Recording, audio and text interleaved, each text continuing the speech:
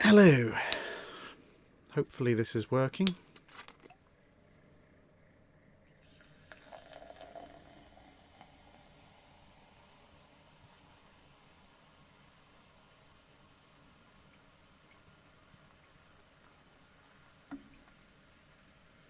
Hopefully everyone can hear me.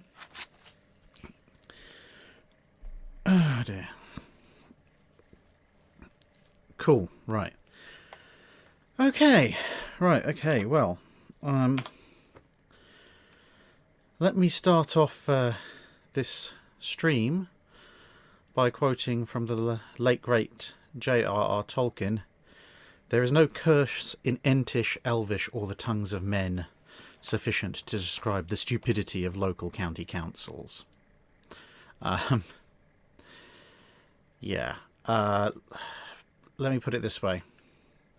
The area where I live is in and of itself not the world's busiest area, but it does see a lot of through traffic, as well as people obviously going to and from.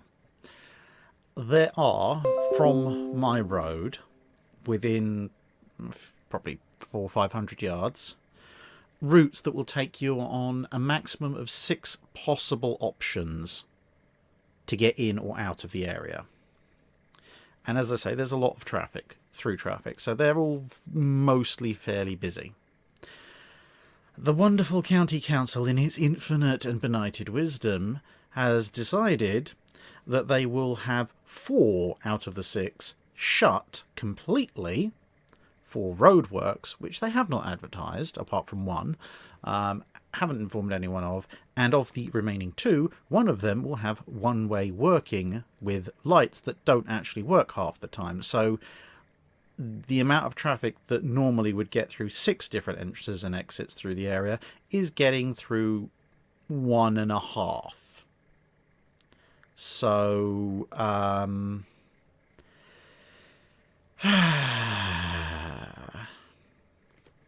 yes. I'm just glad my car has stop-start, otherwise I think I would have burned through half the fuel tank in the last 5 miles. The really annoying thing is, in my day job before as an engineer, transport engineering was one of the things I did. I know the laws and regulations they're supposed to be following. They're supposed to give notice. They're supposed to think about the impact other roadworks should have. They're supposed to provide alternatives. Do you think they've done this? No, of course they haven't. The diversion routes for 2 of the road closures go to other road closures. The annoying thing is the local council's only about 2 miles away, so if I really wanted, I could drive down there and... Let's not say that on air. That might get me in trouble. Oh well. Anyway, we're here now. Granted, it's almost an hour and a half late, but better late than never. The iron brew flows freely. So let's see how far we get today. With questions from chat, because this is of course the general naval chat, the one that, well, it's not the one, but it's the equivalent of the one I wasn't able to do last month. So why am I not surprised that half of the people in chat have experienced exactly what I'm experiencing?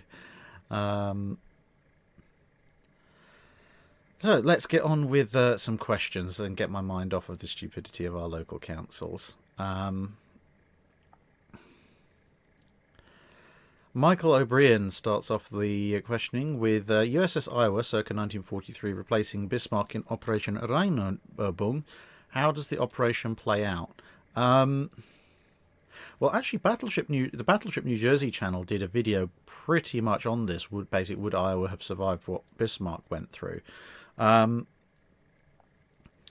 mean, the thing is, you can play it out one of 2 ways. The slightly easier way of calculating it is to look at the damage and the hits Bismarck took and go, okay, at various points along the road, if Iowa took these hits, what would the effects be?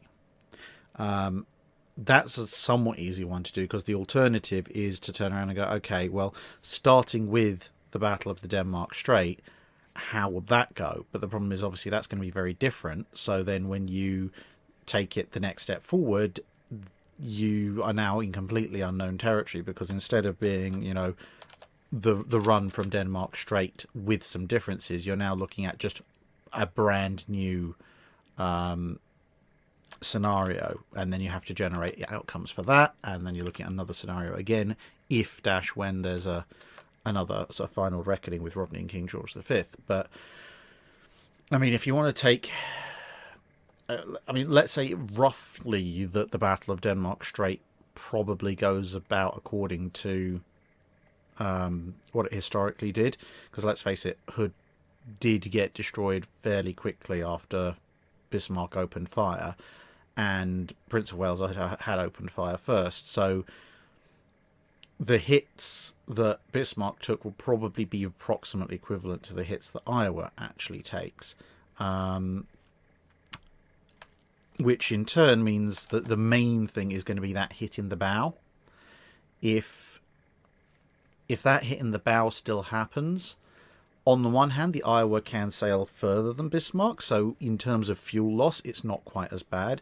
On the other hand, Iowa's bow is relatively heavy, not particularly buoyant already, at which point the flooding could actually proportionally have a worse effect on its speed. The thing is, though, that reduction in speed over time is probably not enough to let anyone catch up with it, which means you have to send in the swordfish. And, well, let's just say, much as I love the swordfish, there is a reason why there is one just there. I don't rate half a dozen swordfish's chance of flying into even a 1943 Iowa's anti-aircraft battery all that high. So it's relatively unlikely that the stern torpedo hit happens, at which point Iowa just has the speed to, assuming it doesn't work open bulkheads and make that bow hit from Prince of Wales worse, it can just head home, and then the Germans will be very confused as to where on earth they're supposed to put an Iowa class in the west coast of France. So yeah, that it will probably be a fairly boring thing. You'd get roughly the Battle of the Denmark Strait, and then a damaged Iowa goes off to live in Brest or Saint Nazaire or somewhere like that. Oh,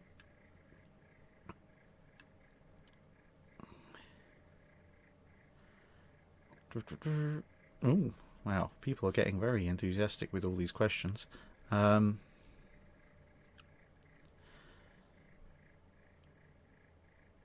96831, would Italy have been better to build more Littorio class fast battleships rather than rebuild the Conte de Cavour and Andrea Doria class? If they've got the infrastructure to, then yes, on paper they would be better served by expending those resources that way. But obviously the rebuild efforts for the older ships happen still in the environment where Italy's technically constrained by the treaties, and also still doesn't quite have, by when they initially start the reconstructions, they don't quite have the Littorio design worked out. So it's not so much the case that flat out they would have been better off, because it's entirely possible that if they just didn't do the rebuilds and then they start the Littorios as they did historically. I mean, there is a gap between Littorio and Vittorio Veneto and the laydown of Roma and Impero, so you could probably get another couple in there.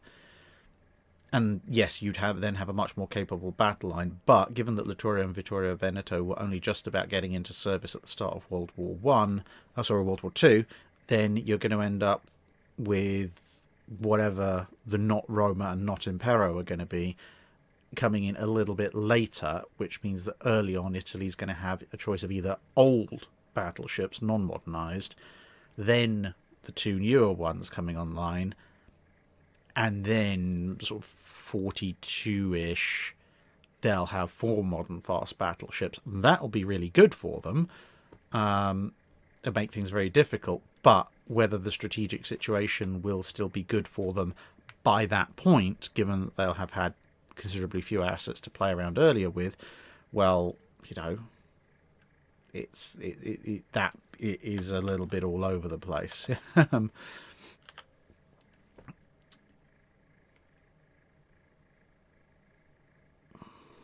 Great, USS Grey Ghost.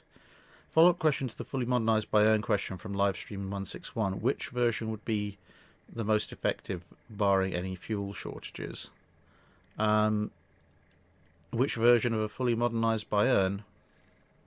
Oh, a fully modernised Bayern would be roughly in the same ballpark of performance as a Warspite or Queen Elizabeth, although maybe close to Warspite without the plot armor, because they're not gonna likely to have the greatest anti-aircraft batteries. But I mean, they'd certainly be quite a lethal force to be reckoned with. The main problem they're going to have is they're not going to be as fast as the Scharnhorst or the Bismarck, so they'd make pretty good support ships for something like the Norway invasion, or if they actually do end up facing off against the French Navy. But the fact that they can't leave the area very easily at high speed would make any kind of modernised Bayern somewhat vulnerable to faster British ships, airstrikes, etc., etc.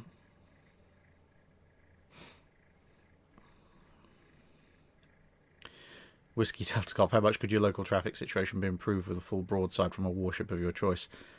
Quite a lot, especially considering, again, as probably anybody who's dealt with roadworks, but especially anyone who's dealt with roadworks in the UK will know, half of these things are set up by the utility companies, who will quite happily set up an absolutely awful road closure and then just leave for the weekend. So you have to put up with all the traffic disruption, but nothing actually happens for 48 or 72 hours.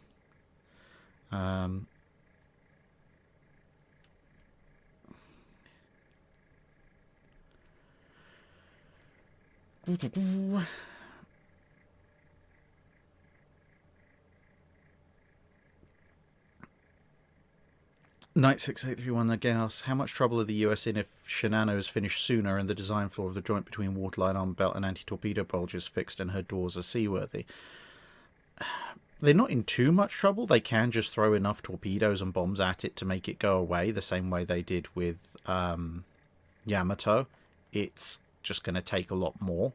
The biggest problem they're going to have at that point is if there's a completed, fully uprated Shinano and Yamato around. Well, even the amount of carrier planes they threw at Yamato during Tengo, if both ships are doing an Operation Tengo together, that might not be enough to actually stop them. They'll get one or the other, but probably not both. Certainly not in time, at which point you may actually see the US battle line being asked to move in to finish off whichever one's still there.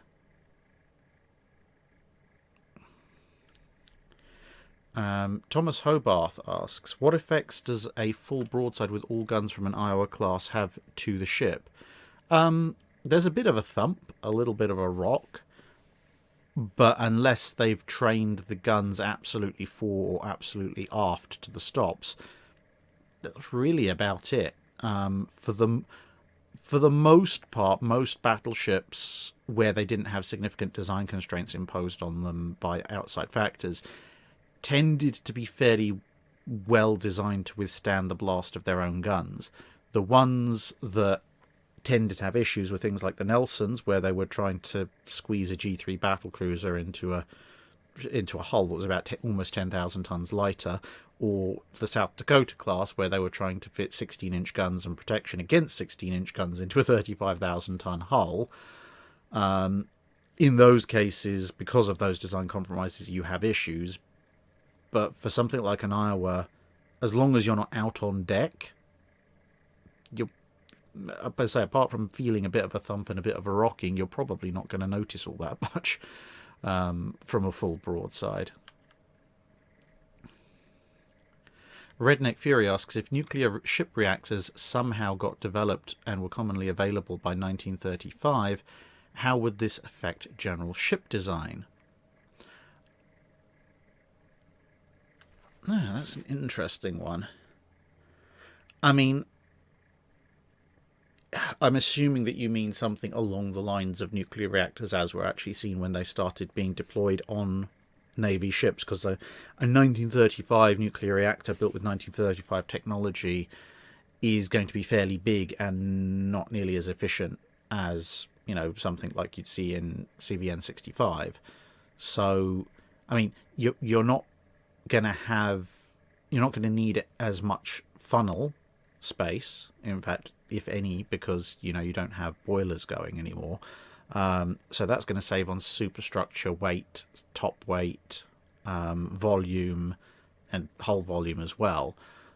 Assuming you can get a roughly 1-for-1 power output to your turbines compared, if sort of doing like-for-like boiler replacement, that'll see something of an improvement on your warships, because your anti-aircraft and secondary batteries will have a greater field of fire potentially, but then as the power density increases, if your nuclear reactors are able to provide more power output per square foot than your boilers are, then obviously you can shorten up your machinery spaces, which means you can bring your armament closer into the center, which means you can shorten your citadel, which means you're saving weight, which means your armor can become thicker, so you become a generally better protected ship.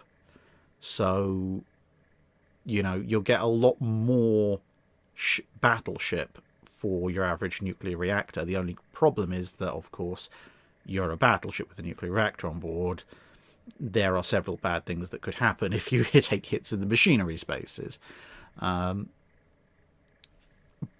given the size and weight even of 1950s and 1960s nuclear reactors, I suspect it's only going to be carriers and battleships that are going to have them.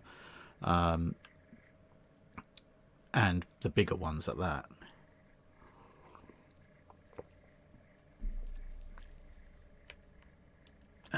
What are we doing? Daniel Silverthorne asks, what kind of car does Captain Drac command? Do you see cars as simply utilitarian transport, or can they be statements of style and comfort? And what would your dream car be if money were no obstacle? I drive a Volvo XC60. I like cars to have some kind of reasonable degree of style. I definitely appreciate comfort, especially for long drives. But for the most part, I'm interested in, you know, day-to-day performance and space. So I want my car to be relatively fuel efficient, because I don't want it to cost a fortune, and I want my car to have plenty of storage space because, well, as you probably know, I do medieval reenactment, I do airsoft, and whilst I used to have a saloon and then I had a hatchback, and they were great cars, don't get me wrong, they did not have enough space to transport what I needed when I was doing those hobbies. So I appreciate the slightly larger carrying capacity. Dream car, if money was no obstacle, well, to be honest, my dream day-to-day car would be an XC90, because it just has a bit more carrying capacity than an XC60. But I like the kind of halfway house between large saloon and almost 4x4 that the XC60 provides. If you're talking about upper-end hypercar stuff, probably an Aston Martin Vulcan. Mainly because I did a track day that was a while ago, probably about 10 years ago, where I got to drive a DB9 and now it's gone completely out of my head. Lamborghini. Oh, I can't remember what the name of it was. The Lamborghini supercar that was the one before the Aventador. And I hated the Lamborghini. Far too much computerized control, whereas the Aston Martin actually, you know, did what I asked it to. Which was quite good. I mean, one, it was a much better driving experience, and two, it meant it didn't nearly kill me, because the Lamborghini, we were going through a slalom, And I went, okay, right, I want to turn in tight here, and I want a bit of power here, so then know how I'm going to go around this corner, because I'd done this slalom earlier in the DB9, and it had responded when I wanted power. It had not given me power when I put brakes on, etc., so it's all good. Try it in the Lamborghini, put my foot to the floor, and the car decided, no, my computerized traction control says you cannot have power at the moment, which now meant I was massively oversteering because I had no power and wasn't getting the acceleration. And then when I corrected that and swung the nose back round so I wasn't going to smash into the internal side of the slalom, then the computer decided I could now have all the power I wanted and almost catapulted me into the other side of things. So whilst I appreciate computerized aspects of cars like emergency braking systems, I do not like the idea of a computer deciding when and where I get power to my wheels. Mark Bass asks, a Leader-class frigate versus a Gato-class submarine. I'm going to quickly check, because I'm pretty sure the Leader-class frigate is an Age of Sail vessel. Yes. Yes, it was. Okay, so... yeah, I mean, a fifth-rate sailing frigate versus...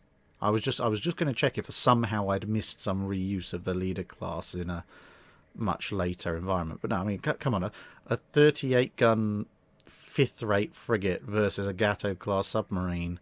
The submarine's going to win because a torpedo is just going to blow the thing to pieces. I mean, to be honest, the deck gun will probably win because I'm pretty sure a half-decent Gato-class crew can surface outside of the effective range of a Leader class. It's got the surface speed to stay ahead of the Leader class, and they can just shell it until the frigate is on fire.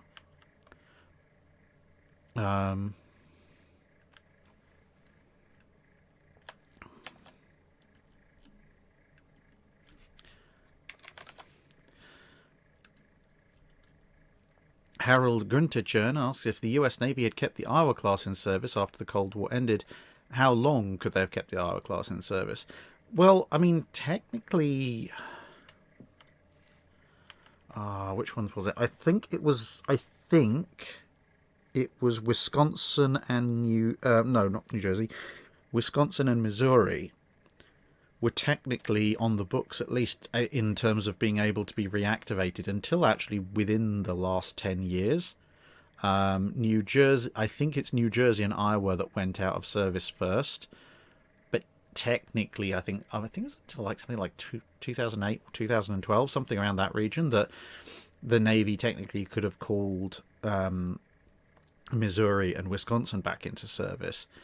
But excuse me, to be perfectly honest, as I've said before, with the Iowas, by the mid-90s, you were going to have to do a complete engine overhaul and replacement, because they'd reached that kind of 20-year in-service mark where basically any battleship needs to be re-engined. So it would have been a case of trying to persuade a peace dividend era Congress to part with the probably several $100 million you'd need to cut open 4 Iowas and probably completely replace their drivetrains and boilers, etc. And I don't think at that point you would be replacing them with new steam turbines. You'd be probably putting in gas turbines, just lots of turbines similar to what they put in the Arleigh Burkes. I don't even want to imagine how expensive that would have been. So I think they probably went out of service at around about the right time. I mean, depending on how well they're preserved, you probably can get the turbines and engines spun up on maybe 1 or 2 of the Iowas again, if you absolutely had to.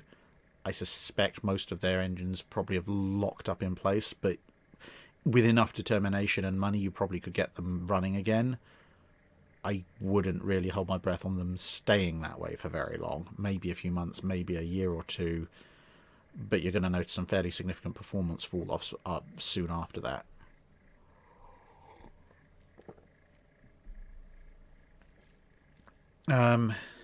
Chazix asks, in 1936, all R-class are magically replaced with the new Druckenfeld class ships, how does that impact the naval treaties and later World War II?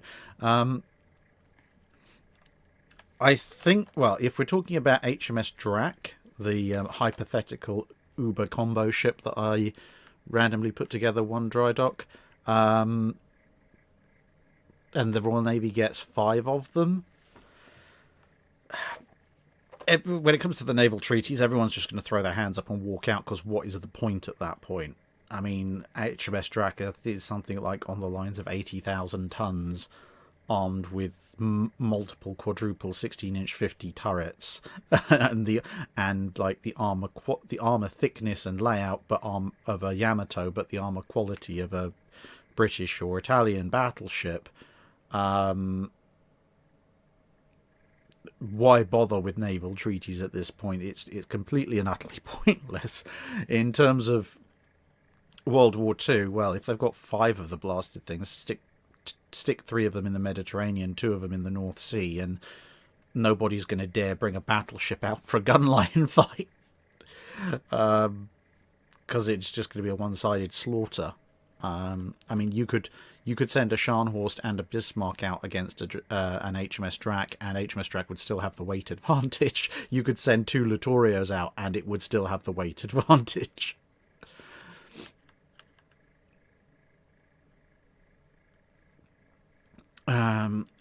Frank Corfius, any instance in surface battles where battleships have successfully used torpedoes? The only one that seems to be sort of as reasonably enough confirmed is Rodney torpedoing Bismarck in the final stand of Bismarck.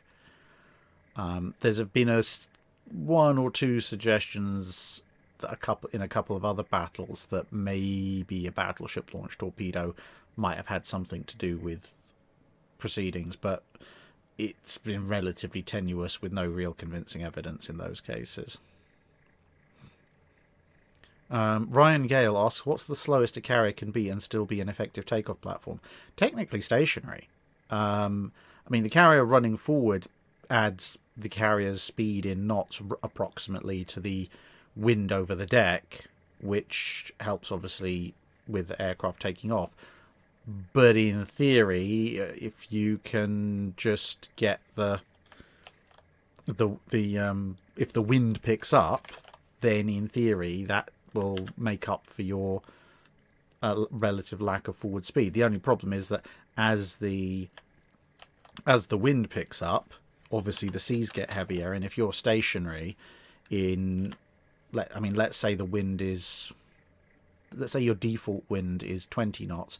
If you're now in 50 knot winds and stationary, you're probably not going to be the world's most stable platform for takeoff in the first place. So yeah, there's a great difference between theory and practice. If somehow you can come up with a situation where there is like a 40-50 knot wind and the sea state isn't too bad, then you can be a effective takeoff platform from anchor. Mitch, Patreon or PayPal, drop me a line.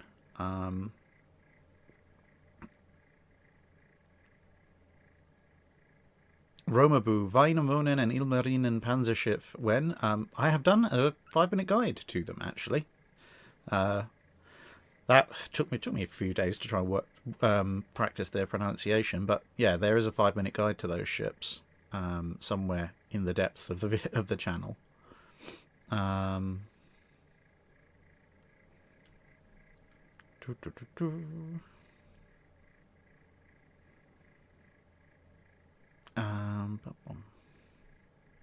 Panzer asks, is it viable to build a battleship with 3 main turrets on the front, one above the other, not unlike the Nelson class, but a stair of turrets?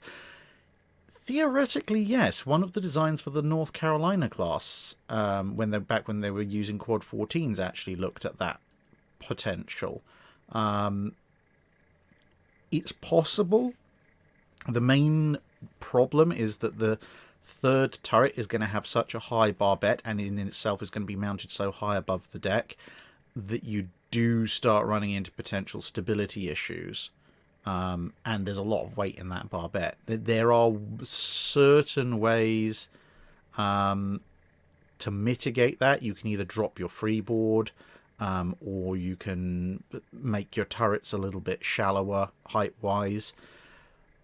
But the main problem is that stability problem, which means that you will, to solve it, you either have to take those steps and or potentially make your ship a little bit larger in overall volume, especially beam, than you might otherwise want to.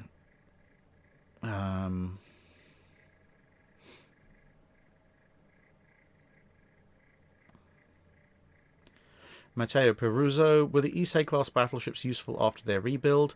Presumably you mean their hybrid carrier rebuild. This is something I have covered in previous dry docks, but briefly, technically yes, practically no. They give rise to what I've named the Issei paradox.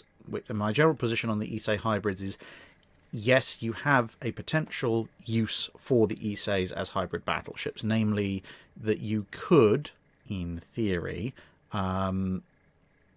use, if you equip them entirely with fighters, you could use them to provide pure fighter support, i.e.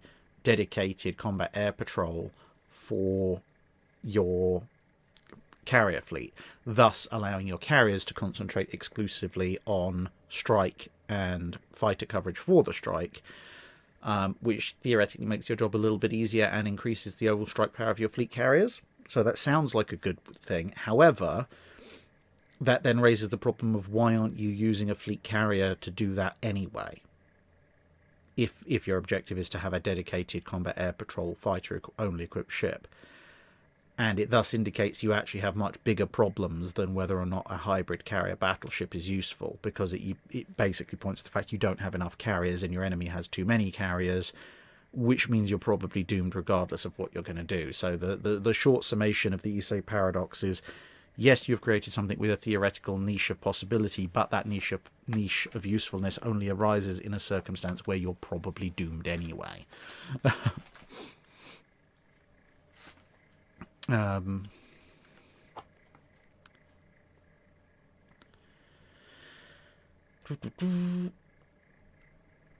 Oh, and everything's jumped again. That's useful.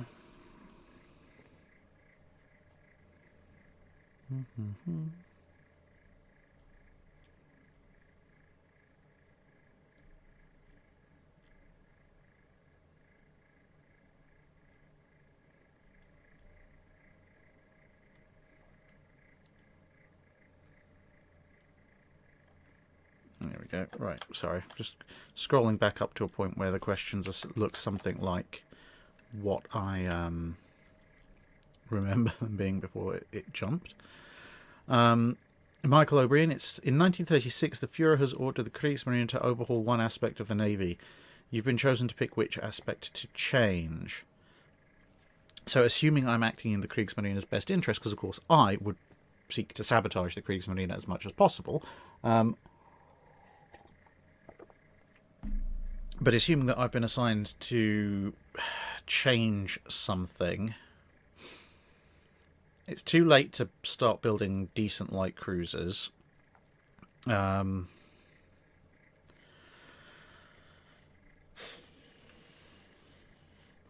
think if I'm going to try and get the Kriegsmarine to be more effective without completely throwing the baby out with the bathwater,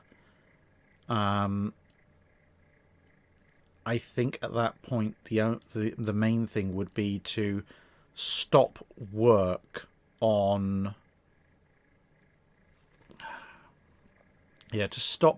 ships that I now know aren't going to be complete in time. So things like Seydlitz, what was going to be another Admiral Hipper class, and then was going to be a carrier, and then wasn't finished, and so on. So yeah, the larger ships that aren't going to be complete in time to be of any particular use in the Second World War. Graf Zeppelin as well, to be perfectly honest, because I'm not really up for a massive multi-year fight with Goering, and reassign those resources instead to building more U-boats. Because I can build them relatively quickly, and if I can get a half dozen or a few dozen more U-boats in service by 1939, that's probably going to have a far, far, far, far, far greater impact on the war than, you know, an incomplete hipper and an incomplete carrier, whatever was going to.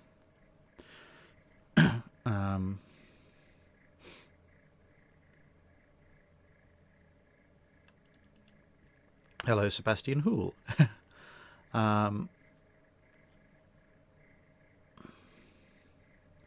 Coasting the country. What went wrong with the Congo? It got torpedoed, sailed for hours, exploded and rolled over. What caused the delayed sinking? There are a number of ships throughout history that have been taken fairly bad damage and have ended up, you know, sinking much, much later. Some of it can be a case of there's been some kind of internal damage that has perhaps set off an internal fire, and that fire has gradually grown out of control. So maybe it's kind of it's just small enough that the damage control crews think they can deal with it, but it's actually just large enough that they actually can't quite deal with it. And so it very gradually begins to spread, and then eventually touches off something fairly expensive that goes bang. And then alternatively, there's also, you know, you'd be surprised the sheer amount of force that's involved when water is coming in, the pressure of water coming in both several feet, possibly several dozen feet below the waterline, and also when a ship is moving through the water at 20 plus knots. So there are also cases where a ship has been sailing along, it's been doing kind of okay, but they've pushed it a little bit too far, or they've underestimated how much water is aboard the ship, or they've overestimated how good their shoring up job is, and then all of a sudden bulkheads have failed, flooding has suddenly spread, and bye-bye goes the ship. So there are a number of cases where that kind of thing could go horribly, horribly wrong.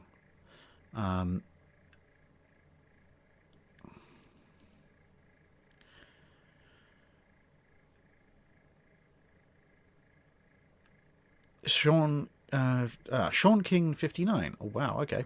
Asks, are there any guns that were used on tanks that were later used on warships, or vice versa?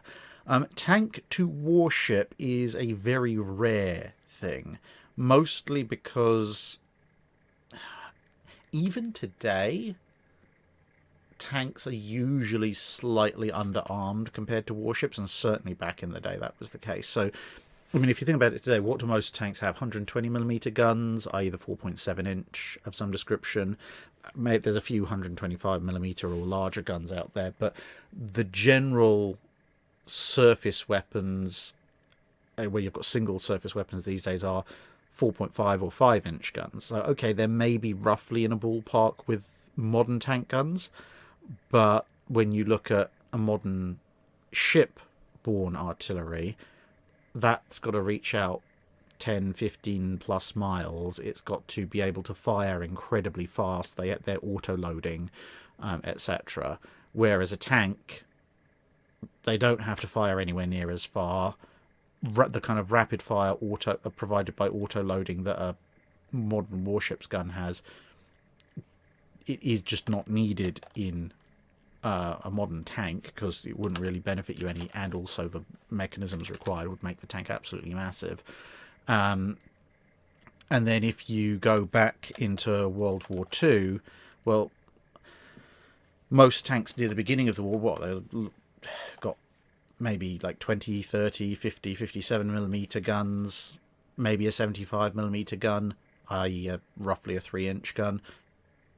Nobody's using those on warships at that point. Sure, there's the 88 flak, which obviously eventually shows up on some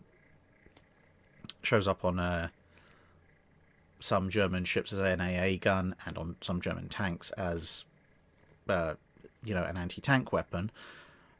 But then, even towards the end of the war, most things are still rocking around with 75, 76mm, 88, 90mm guns, etc., which would all be considered far too small even for heavy AA work on ships. Then, right at the end of the war, you've got things like the Jag Tiger, but that's not using a shipborne gun particularly, although the caliber is the same as some German shipborne guns. So, yeah, tank guns going to battleships, not really. Warship guns going to tanks, however, that did happen slightly more often than not, especially because once tanks got, and I know this from far too many deck visits to Tank Fest, in the immediate aftermath of World War II, when tanks were just slapping on the armour like it was going out of fashion, people were looking for, where's a big, powerful, long barrel gun that's proportionally somewhat more powerful than the average tank gun, and they ended up focusing on naval weapons. So a few of the British concept tank destroyers, for example, including one massive FV something or other that's parked outside the Bovington Museum, they're literally naval guns, or more correctly destroyer grade naval guns, that somebody's put in a big box and slapped on a tank hull. They look somewhat silly, but the amount of firepower that they have is absolutely devastating on, on a land battlefield. Whereas for everybody else, they're kind of looking at it going, well, what have you done with, why are you taking 1/4 to 1/8 of a destroyer's armament onto the field as if it's any kind of big thing?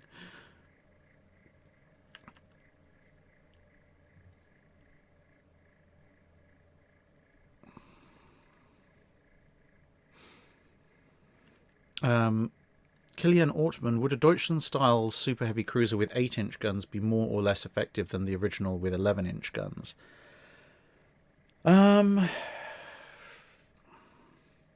Ish. I mean, the Hippers actually displace more than the Deutschlands and bring a fairly standard 8-inch guns to the table. And if you apply and reverse the general principle of, escalate by 2 inches, remove a gun, to, de-escalate by 2 inches and add a gun, you end up with 8 or maybe just over 8-inch guns as a potential alternate armament for a Deutschland. So you effectively get a heavy cruiser. You've got 8 or 9 8-inch guns instead of 6 11-inch guns. And at that point, I don't, with the specific design of the Deutschlands, I don't think that actually works, because of their diesels, they're not as fast as regular heavy cruisers. Yeah, they've got okay armor, but their belt armor isn't anything particularly to write home about compared to some heavy cruisers of their era. So you effectively get an okay armored, okay armed, but slower than most others heavy cruiser out of it, which, yeah, let's just say as a sole commerce raider, that's probably not a good place to be in.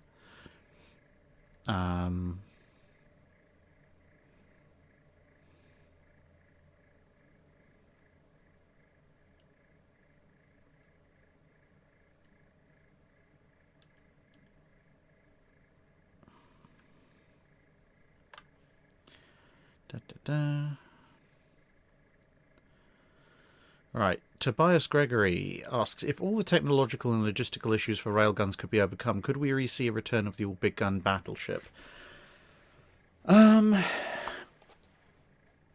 Possibly.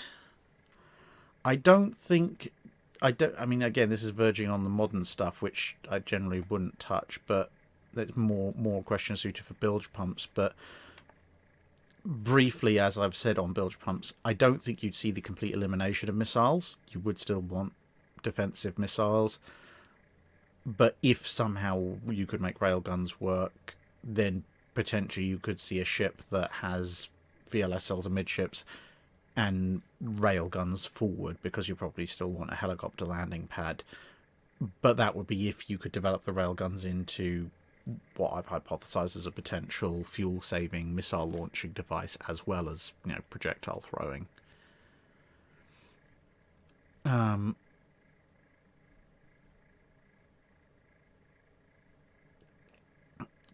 Gale, the real colour is, what colour is Drax Volvo? Metallic black, of course.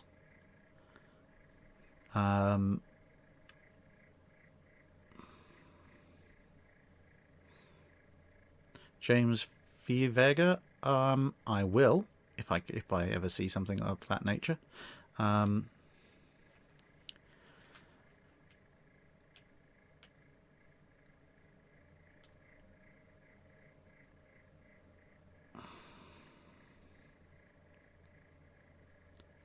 Yes, in fact, that's it. Yeah, people correcting the Lamborghini Murcielago. Yes, that was the one. Sage of Irrelevance. What would the major navies of the 30s and 40s look like without the Great Depression? The Kriegsmarine, Marine Nationale, and Regia would probably look fairly different because they'd have the money and resources, and in the latter two cases, the treaty entitlement to start building earlier. Whereas, and I mean, the Dutch would probably get a full suite of 3 or 4 Java class. But for the bigger navies, the Great Depression happens at a point where they're still on a battleship building holiday. So maybe you might see a few more full-size treaty cruisers or something being built. But I don't think in terms of the larger capital warships it's going to make all that much difference. I'm just trying to think what would you... About the only thing it might do is that if you have continued wealth and prosperity through the end of the 1930s, at the end of the 1920s and into the early 30s, there might be a bit more of a push by the time of the London Naval Treaty to not extend the battleship building holiday and maybe do a little bit of replacement. So the US might replace Arkansas, New York, Texas, and probably Nevada and Oklahoma. Actually, that works out quite well because then the US would be asking to replace 5 ships. The Royal Navy would probably want to replace the 5R class. And the Japanese Navy proportionally could probably get away with asking to replace the Fusos and the Iseis. So you might see kind of your early 1930s designs that were prepared just in case the building holiday wasn't extended. That might then, be allowed and get those ships might get built. But other than that, carriers were still being built, cruisers and destroyers were still being built. There might be a bit more training going on because the Navy can shake loose some funding for some fuel. But I think that will probably be the biggest amount of changes.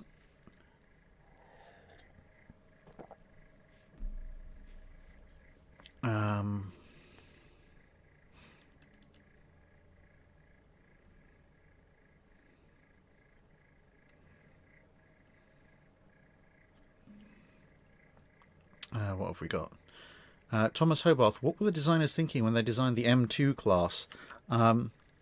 Let's see if this will work. Basically, so the M2...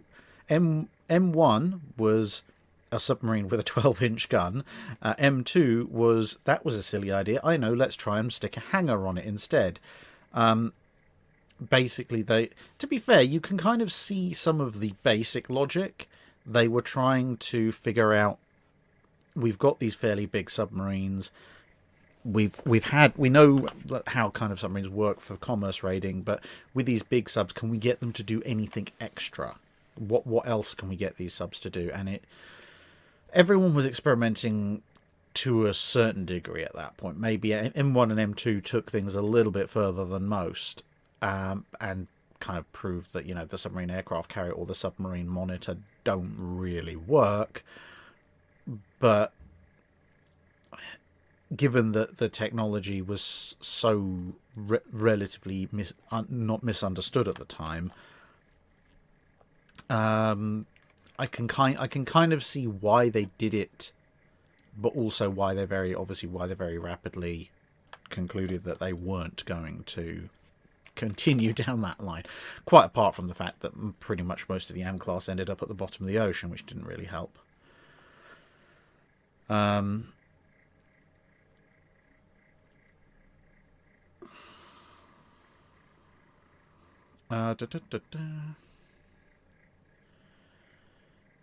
New Justice, if the British and French fleets fought in 1916, who could win?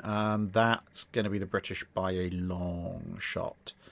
In 1916, the French barely have... Well, the French don't even have a dozen dreadnoughts. well short of a dozen actually. So, and they don't have any battle cruisers. They don't have that many modern cruisers. Yeah, the French fleet, much as the High Seas Fleet missed a chance by not intercepting Vice Admiral Warrender and Beatty. Vice Admiral Warrender and Beatty are probably a reasonable fight for the entire French dreadnought fleet in 1916.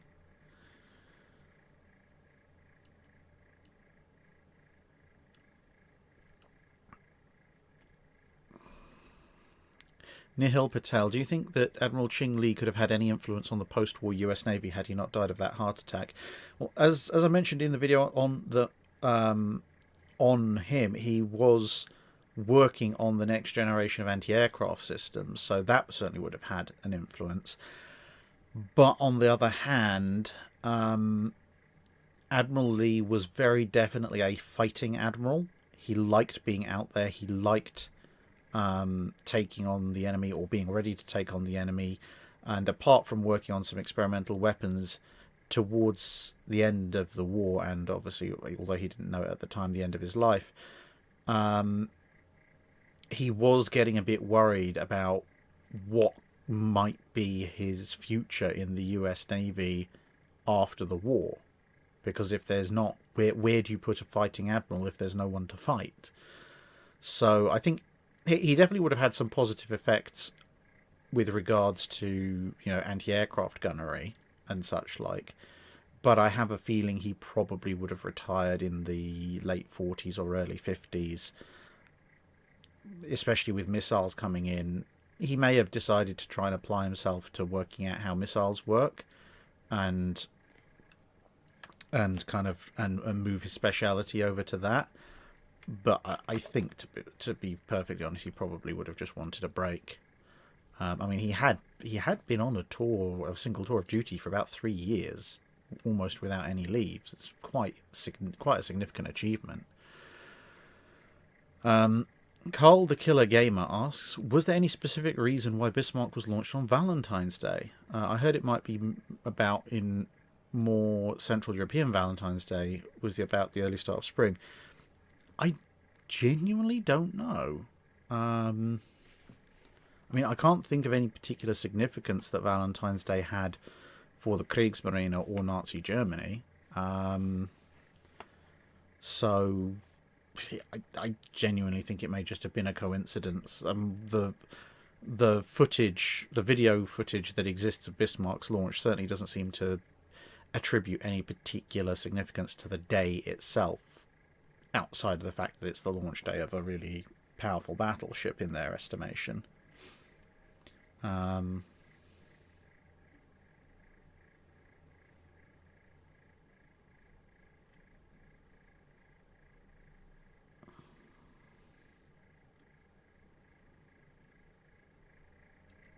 What's going on with these?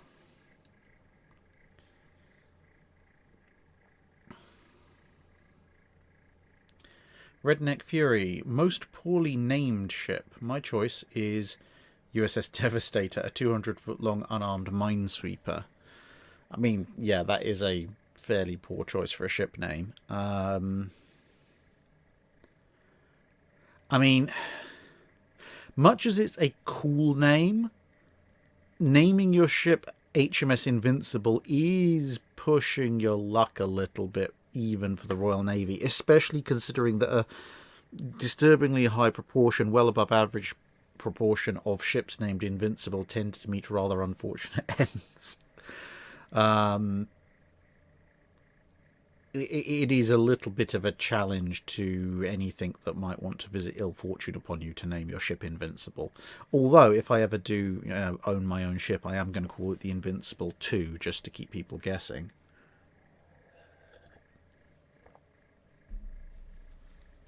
Oh boy, I'm more tired than I thought. Okay, right. I mean, there is also, one of the few things that Hitler did actually estimate correctly.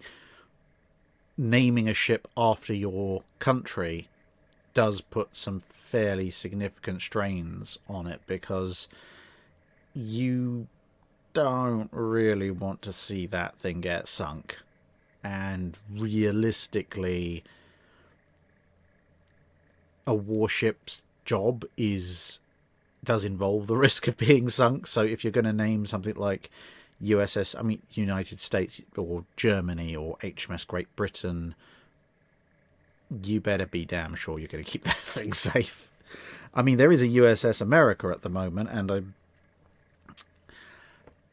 I'm a little bit leery of that, to be perfectly honest, because let's face it, can you imagine the headlines if that ship ended up being sunk?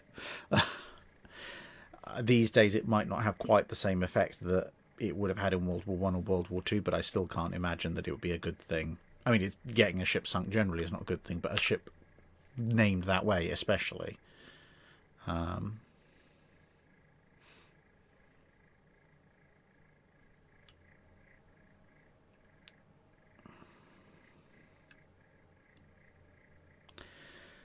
Mr. Grevenar asks,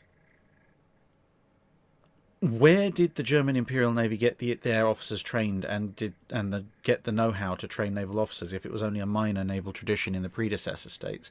It's a mixture of sending their officers overseas to other navies, plus having even having a small navy like the Prussian, later North German Confederation, thus Imperial Navy.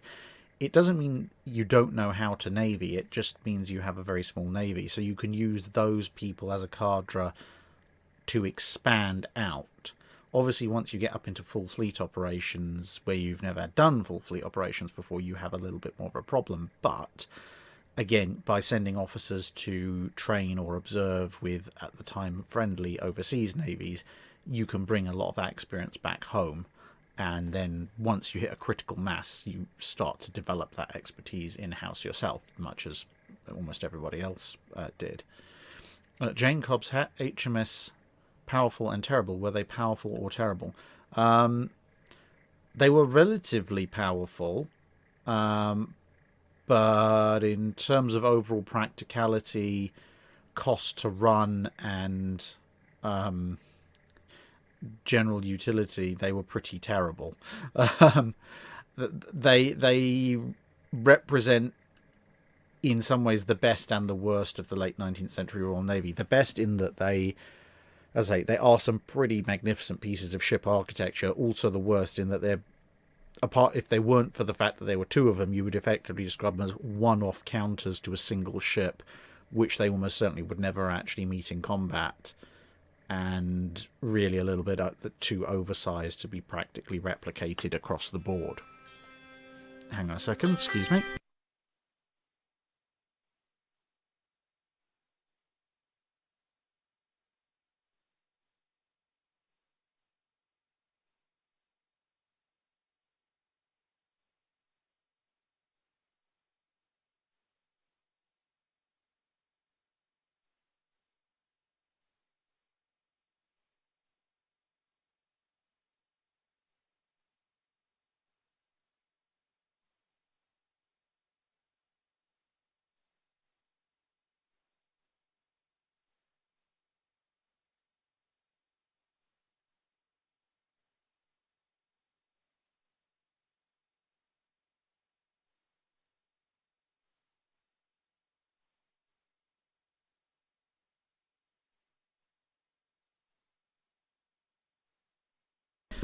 Apologies for that. Mrs. Drack is on her way back from a night out with some of her friends, and her train, as if transport in this country wasn't already bad enough, has now decided it's going to run fast all the way to Waterloo, thus obviating her original plan to change at Clapham Junction.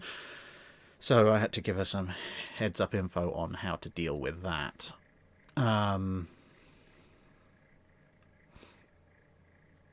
Anyway, going back to where were we? Oh, it's everything has jumped again. Animal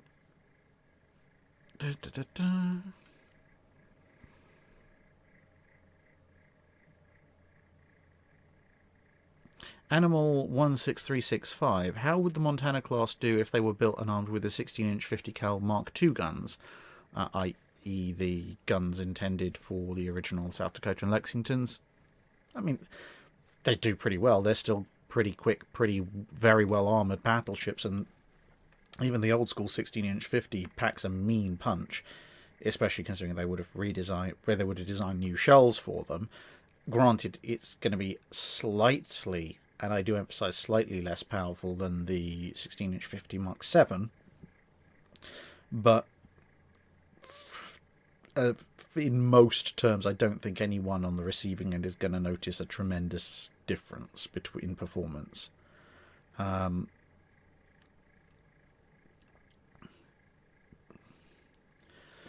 Michael Robinson asks, if the Washington Naval Treaty had not come into effect, would heavy cruisers, as in 8 to 10 inch gunships, have been built, or would battle cruisers have taken over the role entirely? I think you would have seen a escalation in what you would otherwise call heavy cruisers. The thing is, battle cruisers had run away with the battleships. So by the time of the Washington Treaty, battle cruisers were ships with 16-inch guns, and probably 2 or 3 generations after, probably they would have been ships with 18-inch guns. You probably would have had a rash of ships in the early to mid-20s with 7.5 or 8-inch guns, maybe a few with 9-inch or 9.4-inch guns. I don't think you would have seen a 10-inch, because the 9.2, 9.4 was kind of about as big as you could get and retain the rate of fire of something like approximately an 8-inch gun. Once you hit 10-inch, you started to see rates of fire more comparable with battleship guns, only without battleship firepower. There's a reason why, for the most part, unless there were significant external factors, the 10-inch caliber and nearby associated tends to be skipped by most. So I think you would have seen, maybe by the 1926, 1927, there'd be large heavy cruisers with either sort of 12 8-inch or maybe 9.2 inch or similar guns. Then there would have been a bit of a pause while those kind of ships in various configurations built up, and then you would have seen, maybe by the late 20s, what in the World War II terms you would term super cruisers come about, i.e. ships that would jump up to 12-inch gun caliber. And then there probably would have been an escalation race there, although because of their size and expense, you probably still would have quite a few ships with 8 or 9-inch thereabouts gun calibers, with a few kind of flagship type units going as well, but which would be the super cruisers.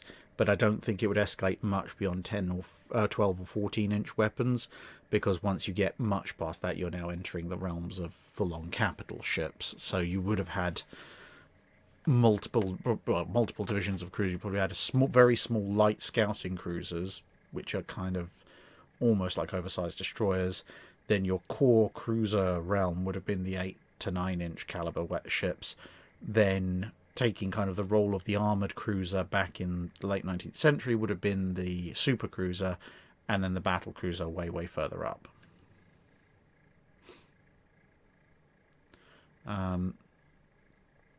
Thomas Hobarth, if aircraft carriers would only become a thing in 1942 and the Japanese had to find another way to start the war with the US, how would that affect the naval battles of World War II? I mean, if aircraft carriers are only starting to be invented in 1942, well, the whole thing comes back towards a gun line duel, which is actually something, as I mentioned before, the Japanese spent most of the interwar period practicing for. So it would... I mean, the part of the question, I guess, is if you've got these... if the carrier is only becoming a thing in 42, is that because aircraft carriers are only being thought of in 42, or is that because aircraft themselves have only advanced to that kind of thing in to that kind of capability in 1942? Because if aircraft have continued their general advancement, they just aren't on carriers, then shore-based aircraft are obviously going to become a lot more important and are still going to be very dangerous. Whereas if aircraft performance hasn't advanced, and that's what's held back carrier development as well, then it's very, very much a traditional gunline duel. But assuming the Japanese managed to provoke a war with the US, the situation is much more in favour of the kind of fleet that Japan actually built in the interwar period. So Japan probably actually would do somewhat better out of it, because they have significant advantages in torpedo and night fighting, and the US now doesn't have the aircraft capability to counter that the way that they did with things like Henderson Field, and eventually, obviously, once they started winning carrier battles and producing Essexes in large numbers.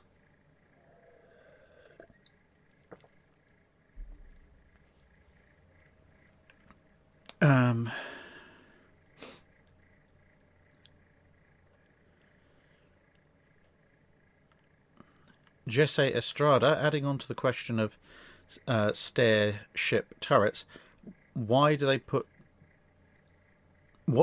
in the back of those all-forward gun ships to balance the weight? They don't put anything particularly in the back, but the superstructure itself moves back, and usually the main armament as well. Because if you were to take, let's say if you take a Richelieu layout, and then you look at a Gascogne layout, which is basically the same hull but slightly modified with a rearranged fore-aft armament. If you put those two side views next to each other, or one on top of the other, you notice that Richelieu's superstructure is moved further back. So with the superstructure and the machinery spaces moved further back, that tends to address some of the balance issues that are caused by the all-forward armament. And with the Nelsons, it's very obvious that the superstructure is considerably further back. Another good way would be to look at the side profiles of some of the all-forward designs for the North Carolinas, and then look at the final design version of the North Carolinas before they switched to 1616s. And again, you can see the superstructure and machinery spaces are considerably further back. So it's not so much that putting all of guns forward unbalances the ship. The balance is still there. It's just that the aft balance is made up of heavy machinery and superstructure instead of gun turrets. Mark Bass says the Lear-class frigate versus Gato-class submarine, but the frigate gets the first shot because the submarine is expecting an armed Asia sail vessel. I mean, in that scenario, which is thoroughly bizarre, but let's run with it for a second. In that scenario, theoretically, believe it or not, the leader might just have a chance. Mainly because it's got so many guns. If it's at a range close enough that it can actually get an accurate shot in at the Gato,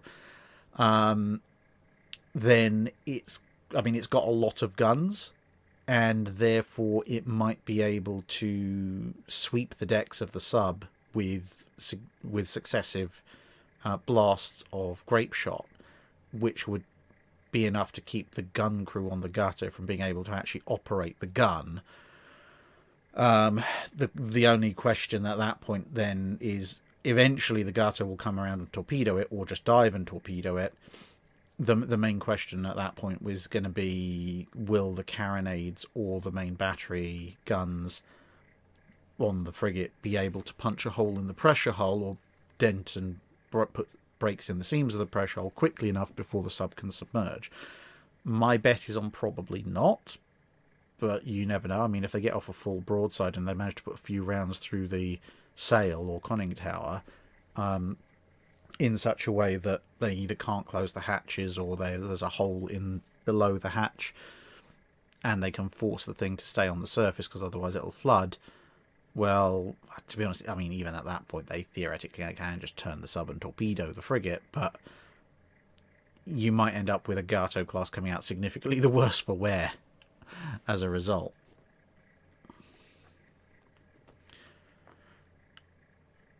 Coltax 100 asks, was the name Yamato and the name Yamamoto a coincidence?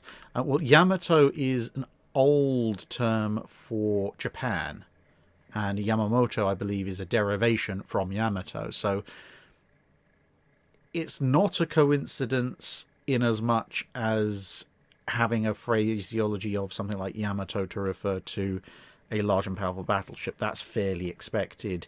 Yamamoto, again, it's not, as a surname, it's not exactly something that you wouldn't expect to see in Japan. Having both of them show up in the same navy at roughly the same time, okay, maybe that's a bit more of a coincidence, but it definitely wasn't a kind of planned thing. It wasn't like Yamamoto named Yamato because it was similar to his name or anything like that.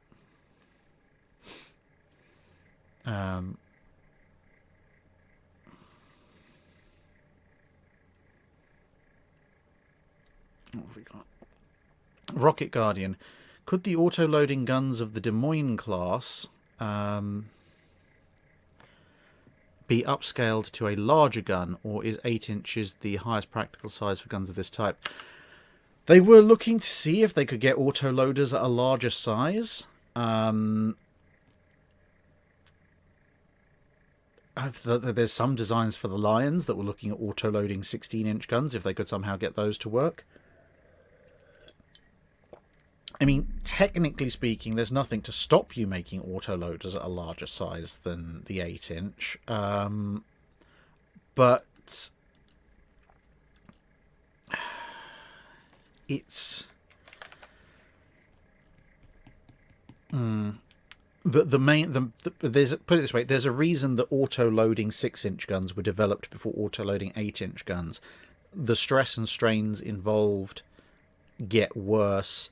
And especially once you get up to battleship grade guns and you have to start worrying about how you're going to auto-load relatively speaking, fragile silk charge bags. It can be done, but I think it's getting exponentially more difficult. But if you throw enough time and money at it, there's nothing, and from an engineering perspective, say you can't do it. It's just going to be difficult to work out.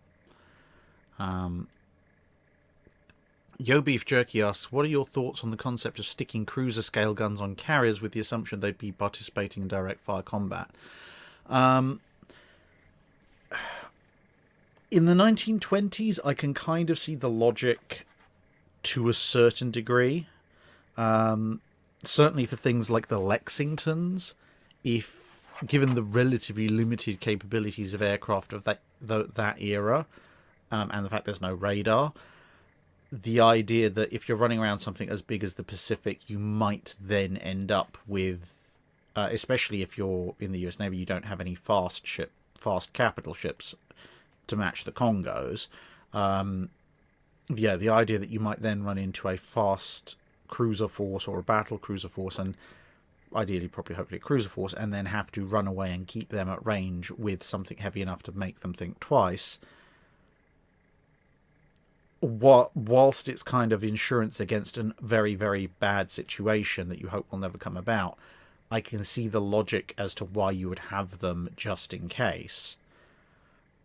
Whereas, some of the ideas about putting 6-inch guns, which are still cruiser scale, and a bunch of torpedoes on carriers with the explicit purpose of them getting stuck into surface actions is a far more questionable, far more silly, concept.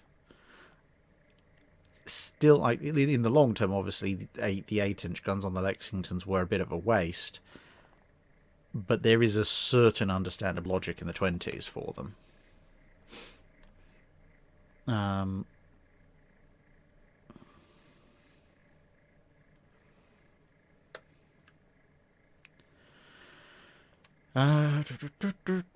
Tom asks, on the morning of Jutland, Jellicoe wakes up and says, "Oh, I forgot about the problem with the armor-piercing shells. Could he have done anything about it, such as ordering everyone to use high explosive?" Not really. I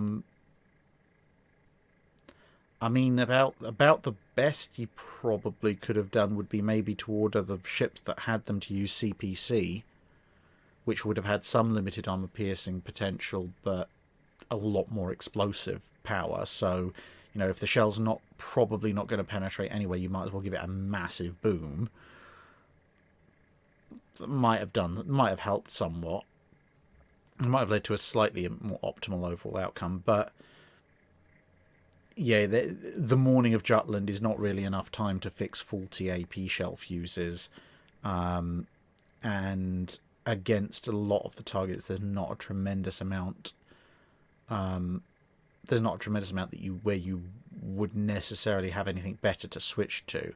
I mean, the thing is, broadside on, as long as the shells are hitting at something close to a perpendicular angle, the British shells are still working fairly well, which is why, say, Invincible is able to punch holes in Lutzow. It's just when the angles start to become a bit more of an issue that it becomes a bit more of a problem. So yeah, I think probably if Jellicoe has this realization, the best he can do would be to order ships with CPC to use CPC. But then again, they probably don't have that many CPC shells on board. They're probably going to run out partway through the battle anyway and have to switch over to AP.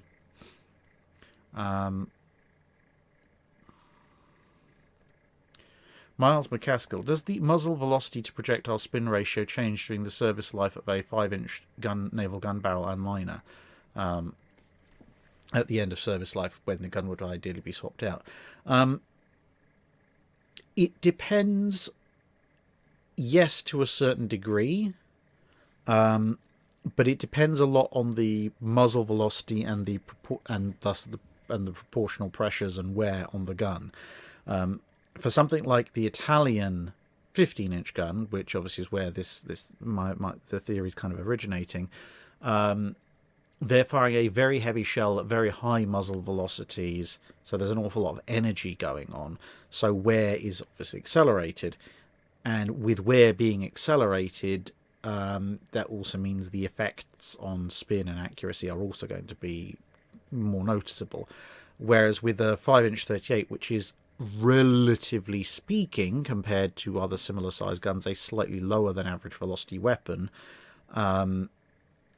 the wear on the gun barrel is going to be considerably less between shots, and so the effects of any increased wear are going to be subtly noticed and adjusted for over a much longer period of time. And it's only right towards the end, when you basically are getting little to no spin off of it, that accuracy starts to become a major problem. Although, if you're talking about 5-inch 38 gun that's using, VT fuses and anti-aircraft fire, that probably doesn't make too much odds. In a surface engagement, it might, though. But I think with most guns that aren't burning through their barrels every 100 shots, you generally just have a very slight but compensatable for fall off in accuracy, and then you hit maybe the last 10% of barrel life when things start to go somewhat more interestingly wrong.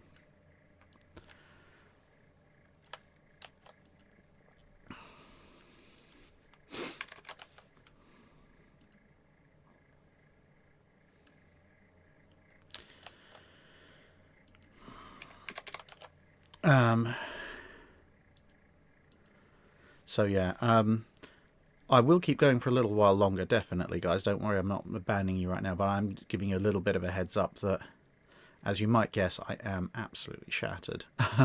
So I'm not going to be able to hold court for 3-4 hours like I normally do. I think probably maybe another hour or so, if that, and we'll probably have to wrap things up. A, because it'll be 11 o'clock at night in the UK, and B, because at that point you may just see me disappear off the bottom of the screen and then hear quiet snores until I wake up in a panic at the foot of a tripod wondering what's going on. I mean, heck, when you're drinking pure original recipe iron brew and you're still only half conscious, there's some serious fatigue issues going on. Let's just pour another glass. GP556BY45 asks, I'd go so far to ask, why were the Alaskas passed over in favour of the Iowas in general? Basically because the Alaskas, in terms of money and crew, cost almost as much to run as the Iowas, and offered significantly less in terms of overall capability. So it was kind of, if you're going to spend the truly spectacular amount of money, you need to bring a big, heavy gun-armed capital ship out of reserve. you might as well spend a few extra dollars to get an Iowa out there than, you know, save a very minimal amount of money and get a significantly less capable ship out there. I mean, the Alaskas are nice, but let's face it, they're no Iowa. And back in an era when they were still somewhat worried about things like Sverdlov swarms or the potential of Stalingrad or equivalent. I mean, an Iowa can in most circumstances plausibly fight any reasonable number of Sverdlovs. And Alaska can fight a fair few, but might be overwhelmed by a reasonably conceivable number of them. And when it comes to Stalingrads, well, an Alaska can probably give one a decent fight, and Iowa would quite happily smash a Stalingrad flat. It might only have to start worrying when 2 or 3 show up.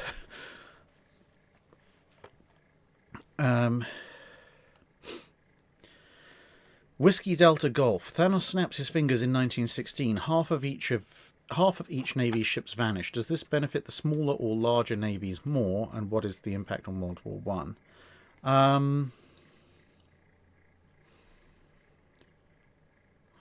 It benefits believe it or not, benefits the larger navies more to an extent. In day-to-day operations, the slightly smaller navies probably benefit a bit more because if you look at, say, the aftermath of Jutland, where despite the various British ships damaged and lost, by 24 hours after Jutland, their fleet strength in terms of capital ships as a whole is nominally about the same because they're able to bring ships that were in dock and refit out of there into service to replace the losses. If you halve the number of ships, then any individual ship that's out of action counts for a lot more, and there may not be as many ships in dock. So in terms of something like, say, the German Navy trying to catch up in size to the Royal Navy, there's less of a gap to bridge, and odd circumstances where 1 or 2 additional ships are lost or out of service at any particular time make a close match far more likely. But at the same time, the smaller Navy ships have also simultaneously become considerably more valuable, because, you know, if Germany's, let's say has 16 dreadnoughts, it loses 1. Well, that's a small portion, just over 5% of their capital ship strength lost. If you halve that number, they now have 8 dreadnoughts. Well, 1 represents about just over 12% of their ships lost, capital ship fleet loss. So it's a bit of a two-edged sword, but the long-term effect is probably actually worse for the smaller navies because the larger navies still have the infrastructure and funding to support those larger navies, so they're going to be able to rebuild much faster, which is going to put the hard-earned cash that the smaller navies have put into their fleets, you know, they're going to have a much harder time recuperating that and trying to make something out of it.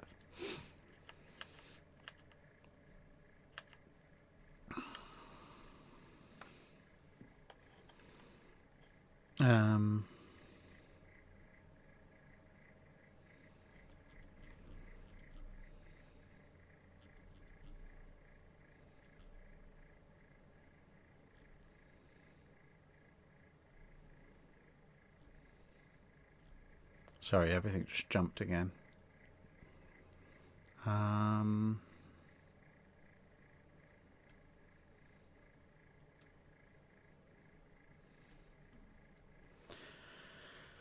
Texas and LaShock asks, through some shuffling of the cards of fate, the US and Imperial Japan wind up on the same side. How would their navies get along, and what would they learn from each other? I'm going to move that over there.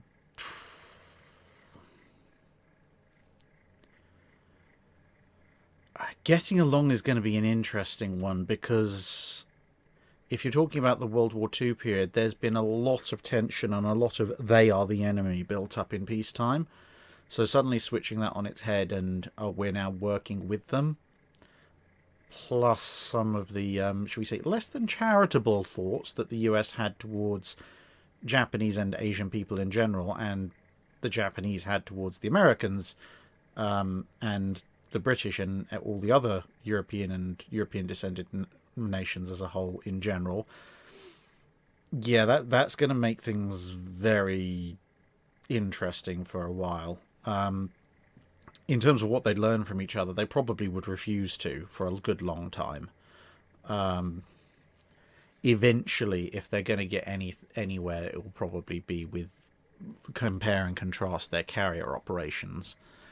But yeah, it would not be the world's most friendly of alliances by a long shot.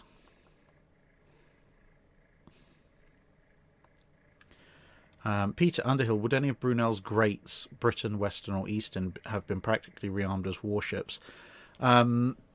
Western, no. Great Western's paddle ship doesn't really work as a major warship. Great Britain has potential for reuse as a large frigate. Great Eastern, as long as somebody can find the magic money hose to keep it going, then yeah, because it's so massive compared to every other warship at the time. In fact, at some future April Fools, I'm going to go through like a theoretical history of Great Eastern if somehow it had been brought into Royal Navy service and they just kept refitting it to keep it up to date, because it just has such a sheer volume and capacity. You could conceivably turn Great Eastern into a broadside ironclad and slap a bunch of armour on it and have the world's biggest battleship for 20, 30, 40 years without much trouble. It's just such a ridiculous piece of over-engineering. Gokbey asks, if Turkey somehow gets Erin and Agincourt alongside Goeben at the end of World War I, what do they do with them after that? They're not going to be able to afford to keep them, so they're probably going to end up scrapping them. I think at that point is going to be a coin toss between Erin and Goeben, because Goeben is faster, which in the post-war environment is somewhat more important. Erin is considerably more heavily armed.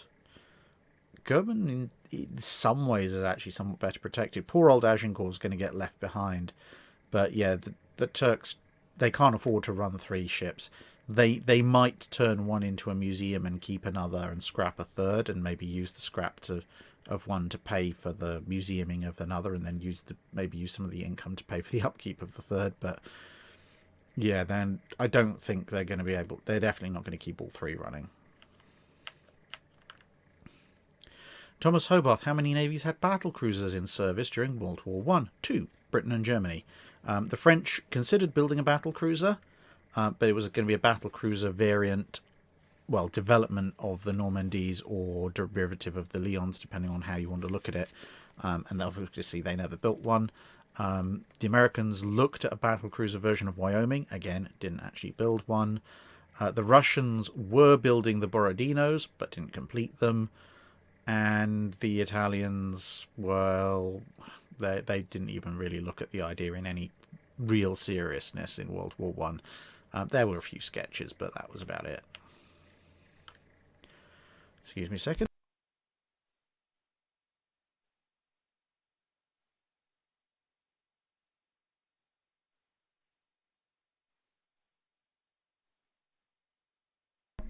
Right, that's better.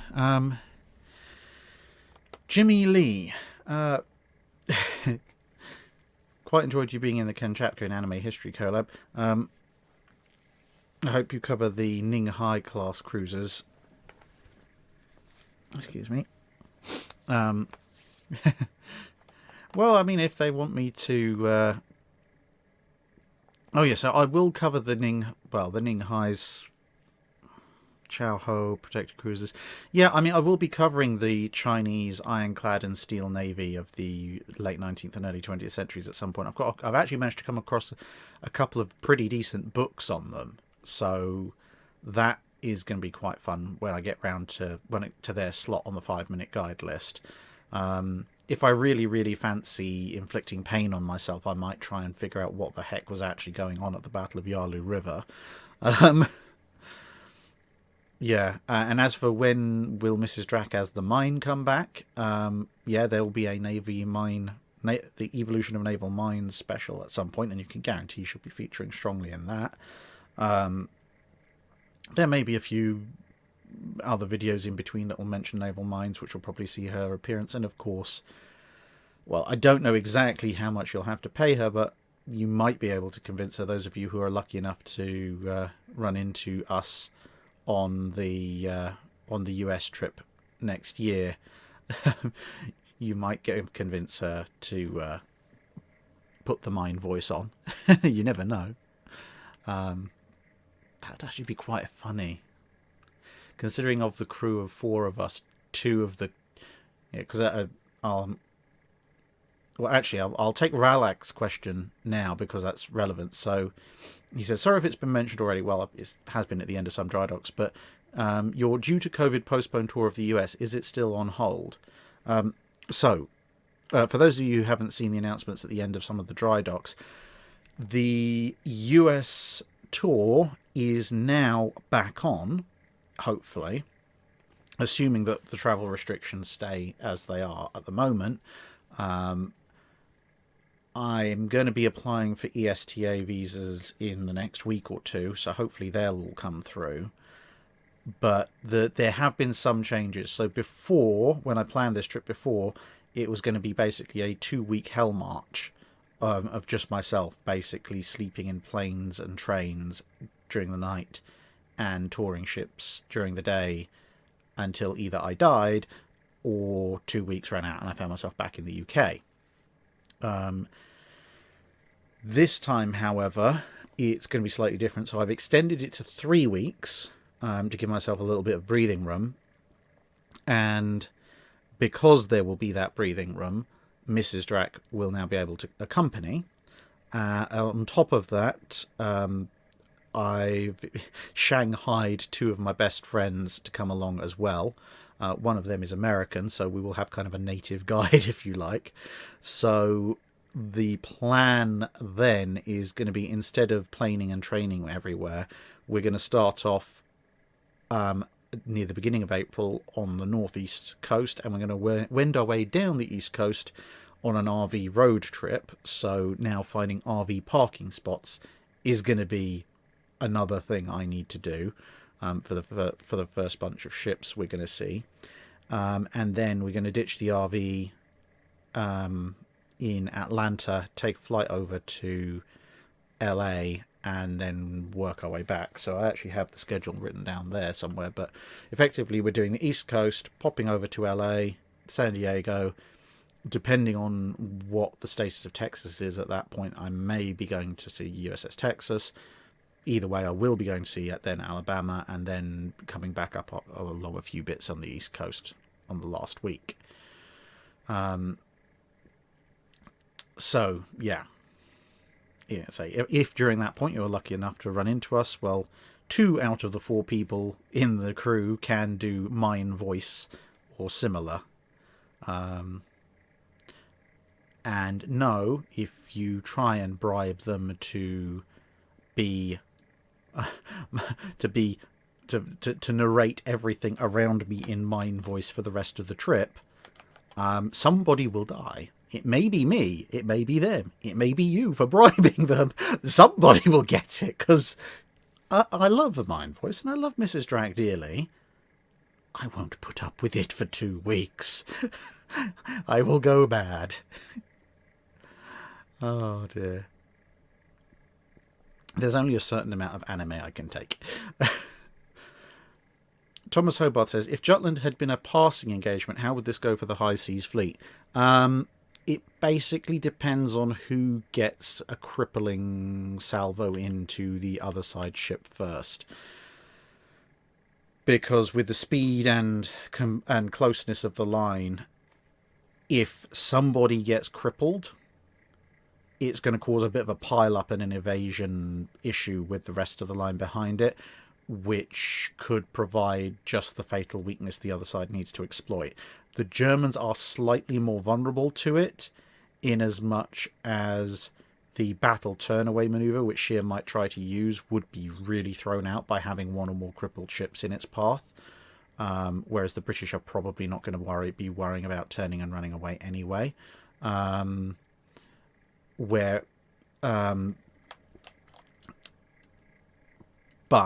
you know, if they cripple the right ship, say second or third ship in the British line, then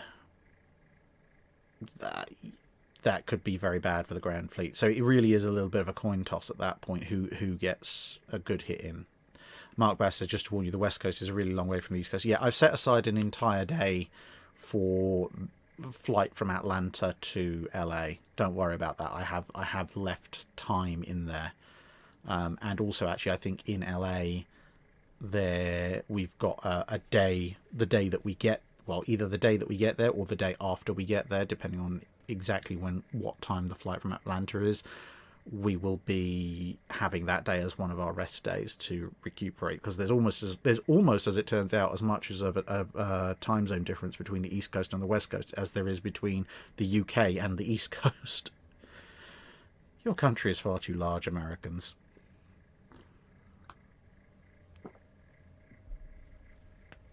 Fushi Smith says, visit Demolition Ranch so you can experience freedom when you come to the USA. I'd love to, but I can't exactly impose.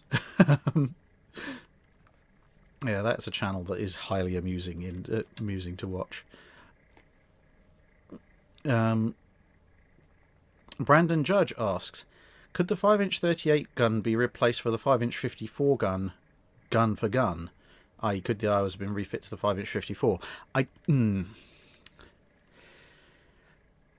Technically, in terms of deck space taken up, kind of, but there is an awful lot more weight involved. So, yes, but also no. Yeah, you'd have to, if you wanted to replace the 25-inch 38s with 25-inch 54s, physically, space-wise, you could probably just about pull it off. But you'd have to find some fairly drastic weight savings elsewhere high up in the ship to compensate for that.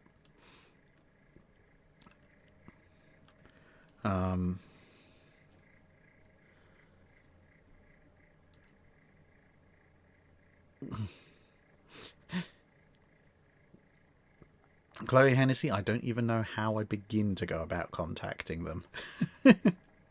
Much as it would be kind of a dream come true for me. Oh, hang on.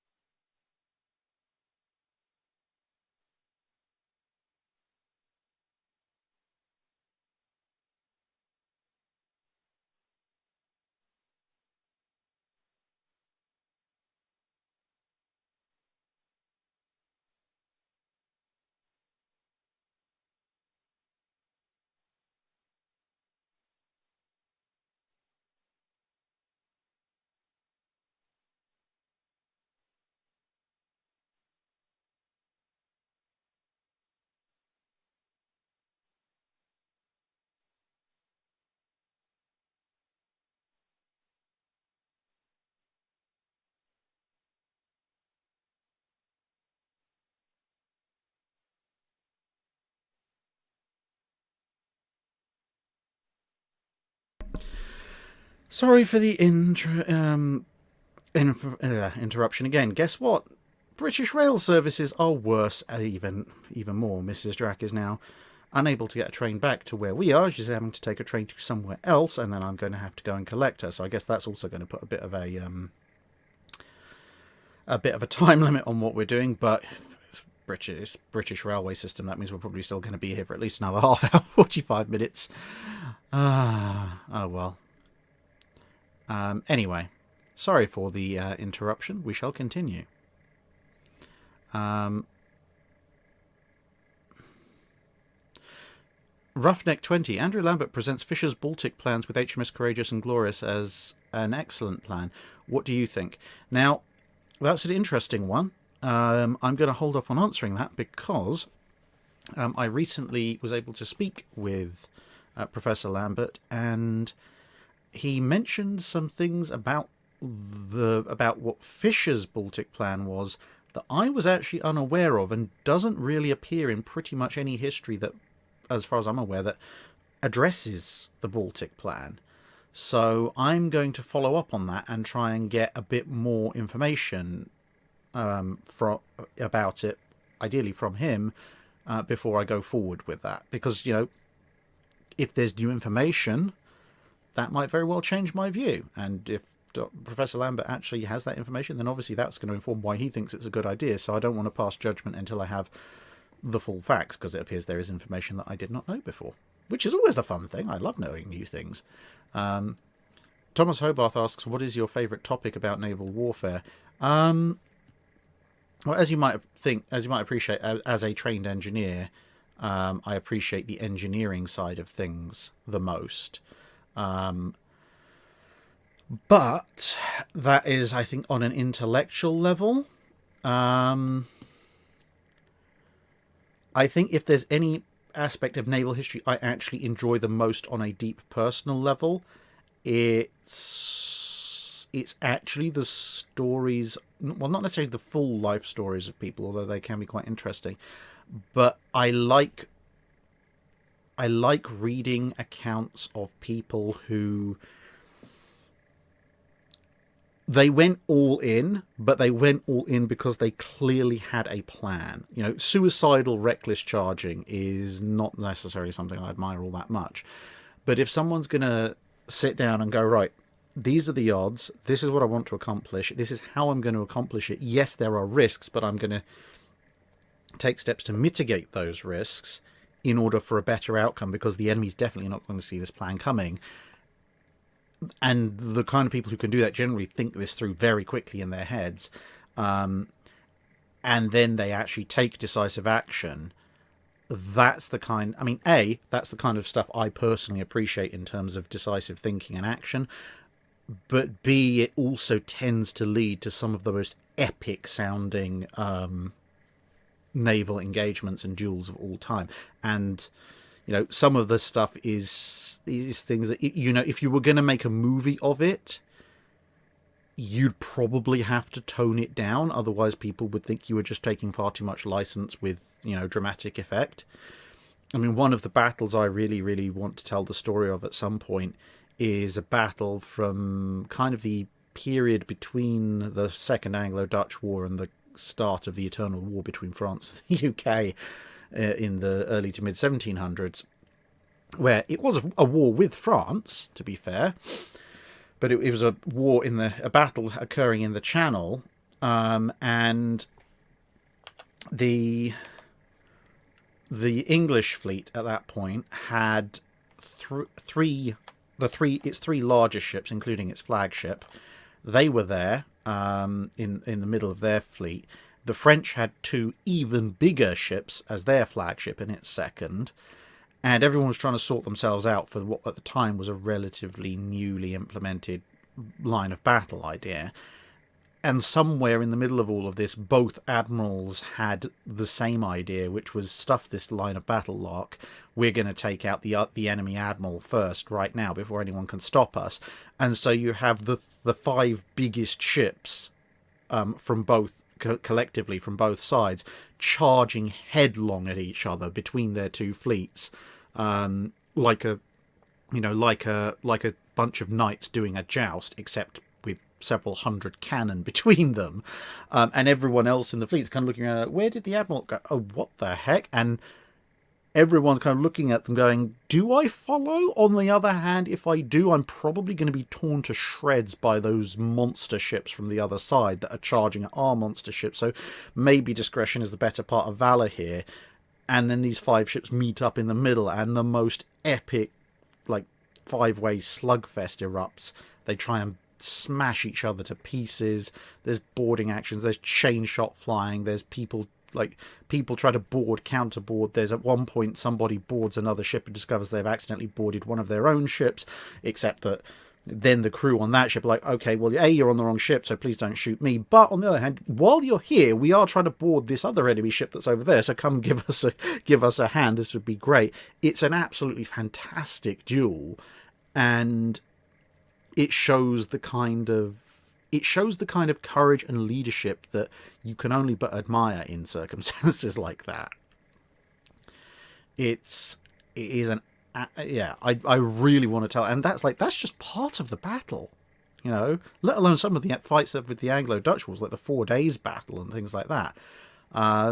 It's that kind of stuff that I think if there was any part of naval history, if someone said you have to confine yourself to just telling that part of it, those would be the things that I would tell.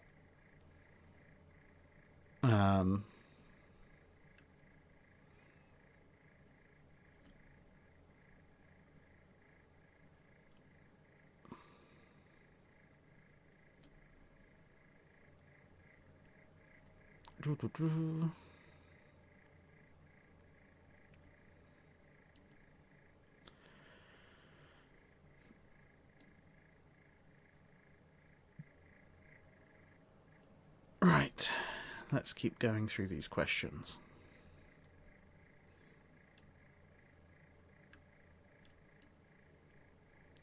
Edgar, when was the last proper boarding action in wartime? I assume during the Age of Sail, but are there any World War era boarding actions? There were boarding actions post the Age of Sail, but they tended to occur... I mean, to be fair, they still occurred under the same general purview as Age of Sail boarding actions, because most Age of Sail boarding actions occurred after you'd beaten the other guy into submission. It's just that beating the other guy into submission with a wooden warship tended to involve killing or wounding significant amounts of their crew and possibly dismasting or partially dismasting them, but the ship itself was still largely there. Whereas in the ironclad era, to put somebody down to a point where you could successfully board them because of the sheer power of guns usually involved, riddling them with sufficient shot that they were no longer capable of shooting back, by which point their ship was usually in a much worse state as well. So, I mean, like Huascar was boarded and captured during the Pacific War between the various west coast of South American countries. That's an ironclad era boarding action, but she was well and truly battered into submission first. And then you have what I guess you could call proper boarding actions between small craft, even as late as World War II, E-boats and MGBs, etc., fighting each other.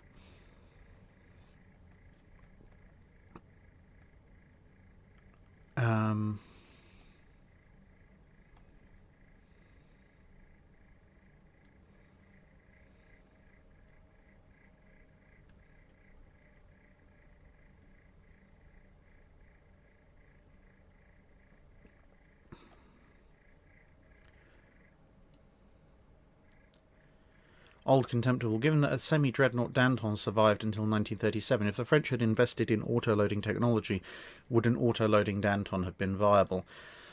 Not really, because autoloading guns take up far more space and far more weight than their hand-loaded or mechanically assisted hand-loading counterparts do.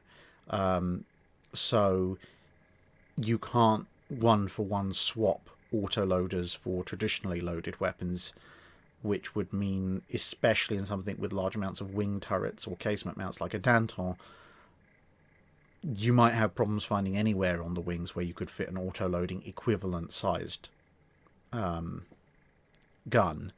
you'd have to, at the very least, step it down to maybe auto-loading 6 inches, at which point you'd just be much better off putting centerline turrets on a more modern ship.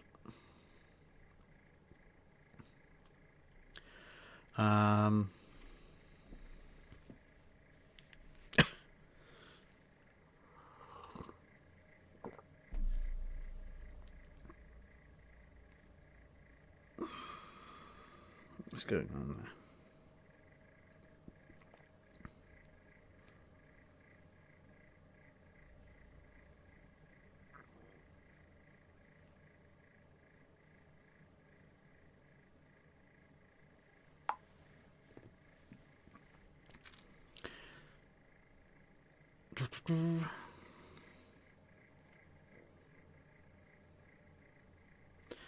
USS Grey Ghost, have you heard of Project Azorian, aka the US bringing up a sunken Russian nuclear-powered submarine? Yes, I have. I've heard of it. I've read a bit about it, but yeah, we'll have to see.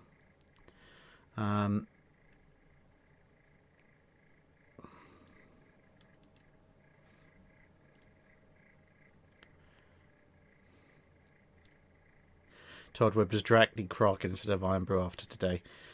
Considering that, like, traditional recipe Iron Brew is basically sugar and girders in liquid form, Kraken or coffee is probably not going to serve any better to wake me up.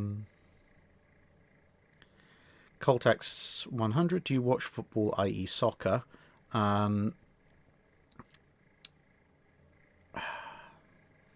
Very occasionally, not a tremendous amount.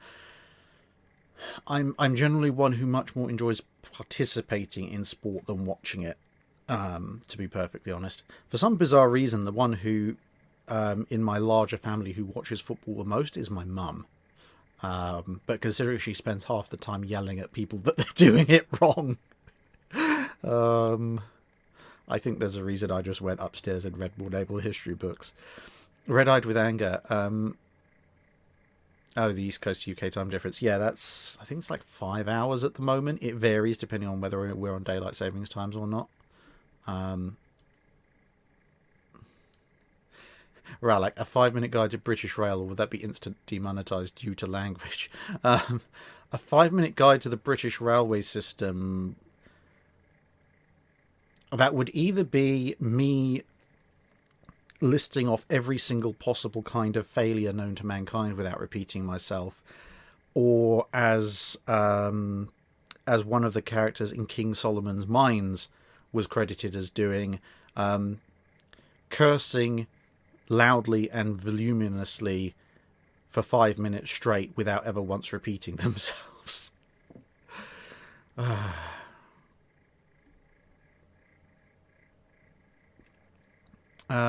Whiskey Delta Golf.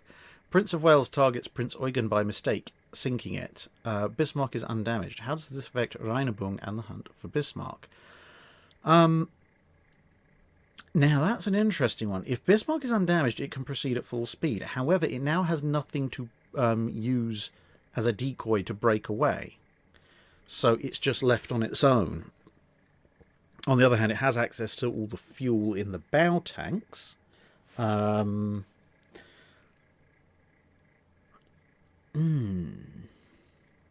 that's an interesting one, because theoretically Norfolk and Suffolk can now pursue it, and as long as they can keep radar contact, there's not a lot that Bismarck can do to dodge. And every time it cuts back, well, they'll see it coming and they'll dodge back as well. So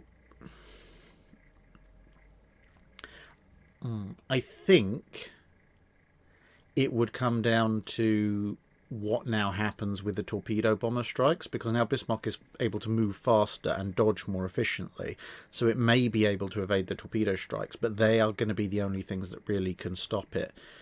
If the torpedo attacks with the swordfish go in and they manage to score some kind of crippling hit that slows it down, then you pretty much get a repeat of historically.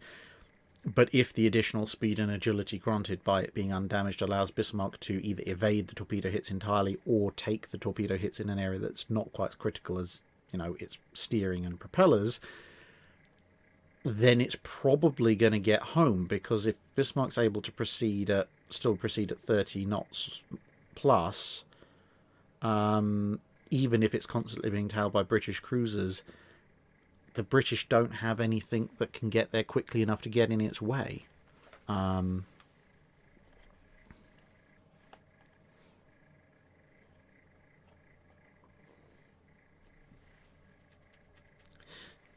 A Grey Ghost, I don't think Mrs. Drac is going to fall for technicalities like that.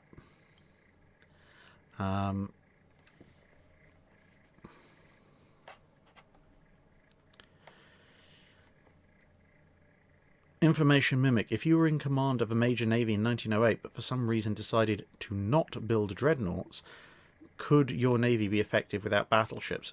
Depends on the size of the navy. I mean, the Greeks were pretty effective against the Ottomans, and the biggest thing they had was an armoured cruiser. So, yes, at a smaller scale, at the small scale of navies, a well-built armoured cruiser or two makes a perfectly adequate flagship to see off other small navies. It's just you won't be able to fight. You won't be able to fight other people who do have dreadnought battleships.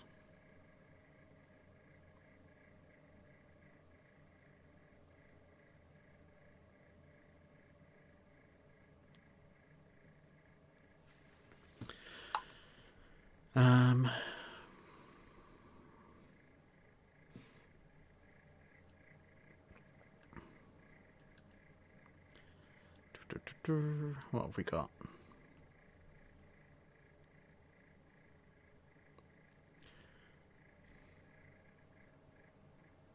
Oh, flipping out. I was thinking to myself, no, we can't surely have run out of questions, and then suddenly it just went loop and jumped a huge amount. So, Dieter Dames asks, I'm going to visit Wilmington next month and plan to visit the battleship North Carolina. Is there any part of the ship you recommend I should pay extra attention to? All of it, but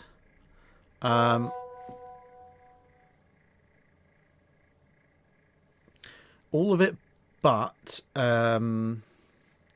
personally, I would recommend paying extra attention to things like the fire control room and the machinery spaces, because everyone loves looking at the main batteries and the secondary batteries, and rightfully so.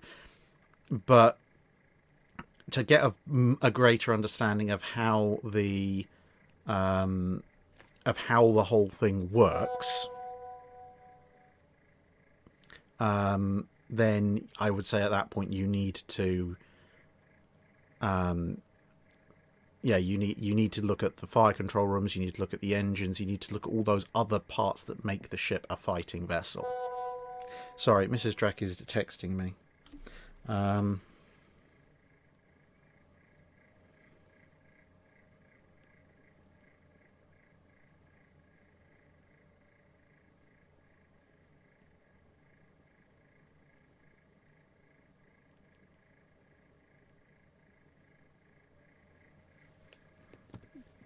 Right, okay.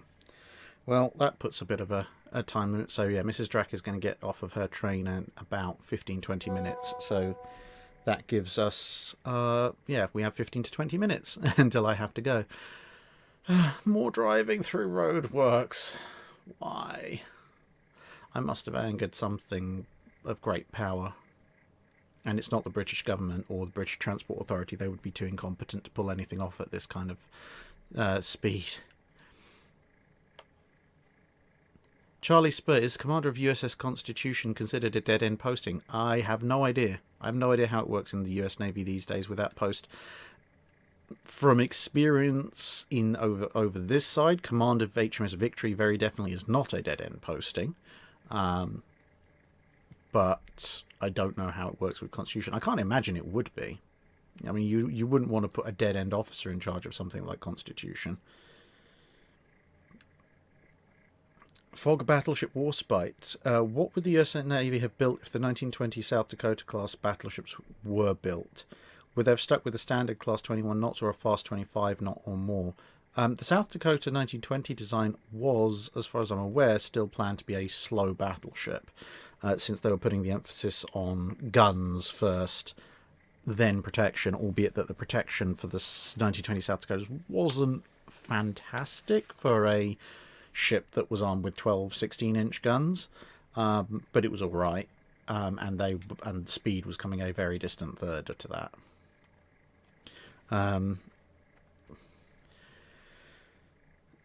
Yeah, so just to clarify, the RV trip part of the US tour is going to be down the East Coast and then a quick diversion to Atlanta. We're not driving cross country.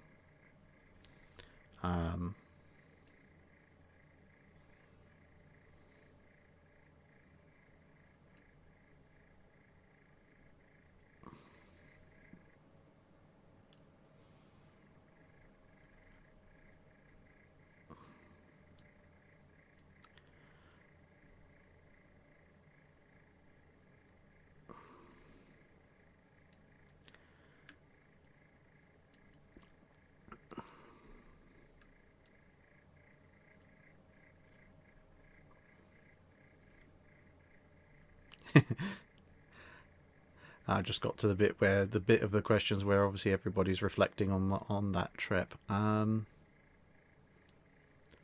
da, da, da.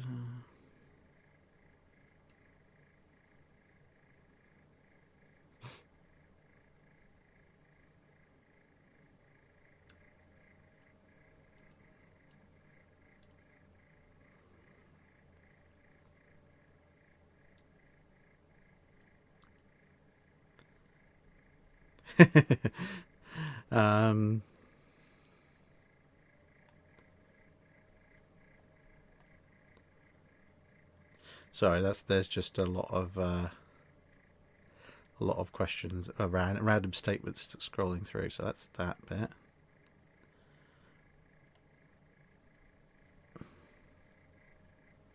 That's the Wilmington question.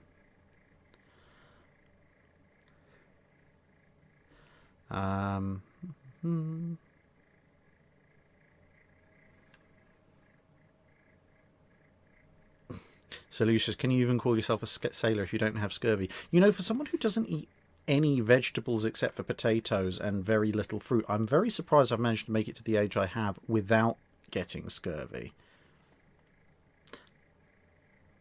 That's actually a good point. Where the heck is my vitamin C coming from?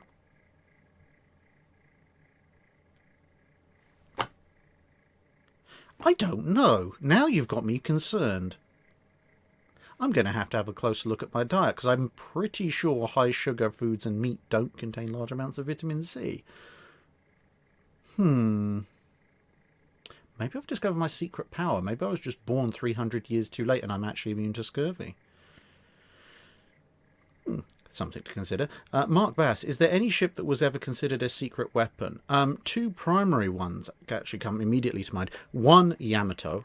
The Japanese went through endless amounts of secrecy to try and keep Yamato's true specifications hidden from the rest of the world, because they wanted it to be a surprise secret weapon for when they took on the US battle line.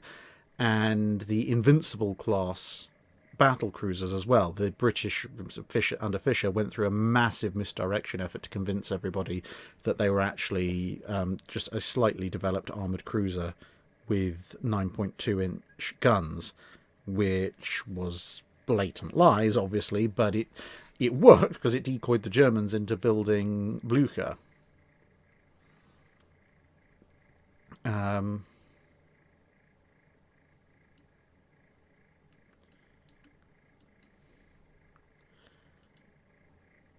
So yeah, those two ships were definitely secret weapons.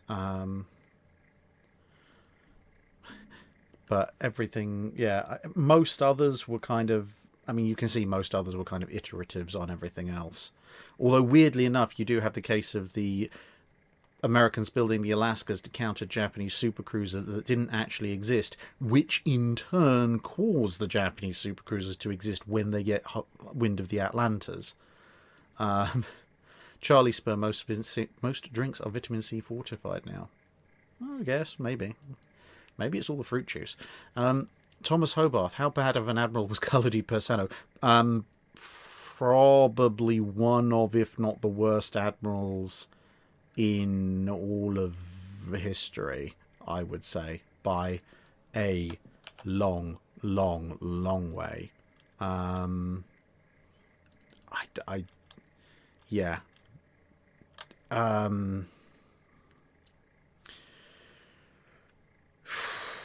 Yeah, Persano is not even a case of he did everything wrong. Persano is a case of he invented new ways of doing things wrong to the point that I genuinely don't understand why anyone ever tolerated him. Yeah, the list of things he did wrong at Lissa, you'd almost think he was Admiral Tegethoff's paid agent. I would not trust Persano to be in command of anything bigger than a rowboat, and that's mainly because rowboats are small enough that the crew, once they get fed up with him, can probably dump him over the side and come up with a plausible explanation for it. Chloe Hennessy. Oh, excellent. If you're in the Discord, please drop me a Discord DM. That would be fantastic. Pretty easy to figure out who I am on the Discord, obviously. Yes, that would be good.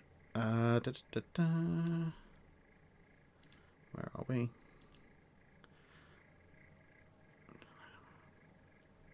Captain Seafort, in the post-World War I test, what led the Royal Navy to believe that a lighter high-velocity shell was better than a heavier low-velocity shell, especially given the war record of the 13.5 and 15-inch guns? It was trials with Baden, or Bayern. I can never remember which one they actually had to test. I'm pretty sure it was Baden. Basically, they had the German 15-inch battleship, and they went over it with a fine-tooth comb. And I mean, there's a lot of reasons for the conclusions, but part of it was an incomplete understanding from a Royal Navy wide perspective of exactly why different shells seem to work different, have different effectivenesses from both sides at Jutland. And of course, close range testing with high velocity, lower weight shells tends to result in very high armor penetration.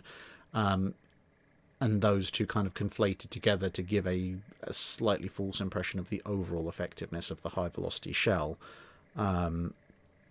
Whereas obviously, firing actual reasonable battle ranges made things a lot more in favor of the normal weight or even theoretically heavier weight shell.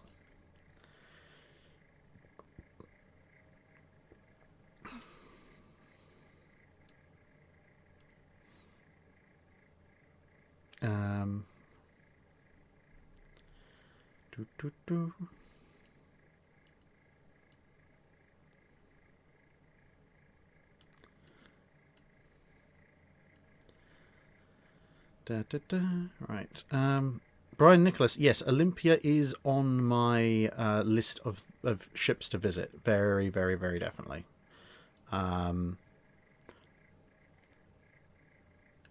Yeah, just checking my schedule. I actually have 3 days planned to be in Philadelphia. One day I have dedicated to seeing USS Olympia.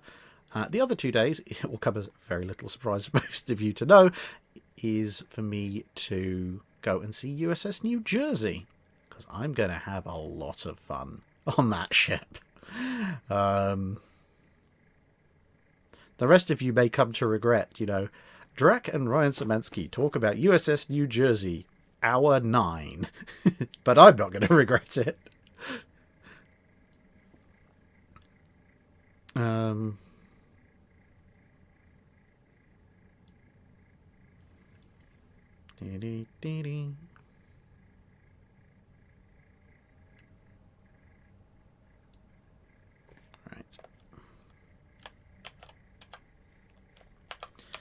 A note of that.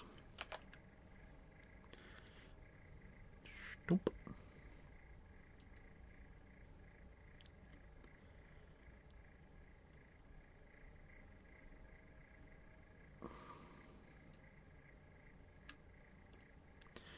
Isolde 74, did Eskimo do anything worth talking about outside of the Battle of Narvik? She got her bow blown off again.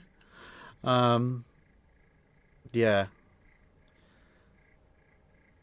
There's an awful lot of things that I mean, the tribal class generally have some fairly exciting lives. It's just that there's only a few very major destroyer actions in World War II, and anything bigger than that, destroyers tend to provide a supporting role, so they don't get noticed quite as much. Alfred B228 asks, I saw an article about American privateers and the claims seem rather exaggerated. How effective were American privateers in the War of 1812?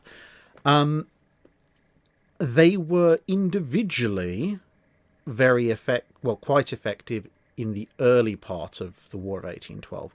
By the mid to late part of the War of 1812, when more and more Royal Navy units started showing up and most of the US ports were under close blockade, understandably their effectiveness plummeted because it was difficult enough for them to get in and out, let alone prizes and such like. But in the early part of the war, as I say, individually, some privateers did rack up some fairly high capture counts because of, put no two ways about it. American privateers generally were pretty darn good back before the war, before the American War of Independence. American privateers were one of the major banes of French shipping's existence. Because obviously they were acting alongside, as part of the British Empire fighting the French. The problem that American privateers had in the War of 1812, apart from being later kind of boxed into their own ports, was that there weren't enough of them to put a major dent in British commerce, and two, once convoys and such got going, and convoys were already a thing thanks to the Napoleonic Wars, the big important stuff would also get through. So you might catch the occasional rich prize, but that wasn't going to cripple either the British economy or the British merchant marine. So privateering, at least in the early part of 1812, of the War of 1812, was a good way to get rich as an individual privateer, although it's a high risk, high reward strategy. But as a war affecting weapon as such, it wasn't really all that.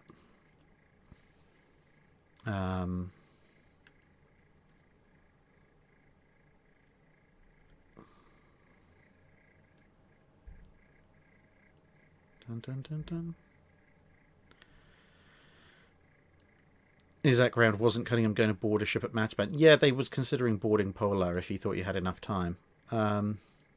Jim Sales 12, visit the Chicago Museum of Science and Industry with U505. I don't have the time for it on my schedule for this visit round, but you'll be glad to know I am planning a US tour Mark II. Depending on how things go, that may be later next year, maybe autumn, or it may be early 2023. But my plan for that tour is to basically go after the major ship museum areas of parts of America that I can't see the first time round. So I'm probably going to go along the US-Canadian border around the Great Lakes region, because obviously you've got Sackville and Haida in Canada and a couple of museums there. Chicago's obviously just the other side of the border, so it's a U505, and then kind of head down the central part of the states where you've got, I know there's some Civil War era ironclads and the like, and probably see a couple more Essex class. Obviously you've got Hornet in down on the south coast.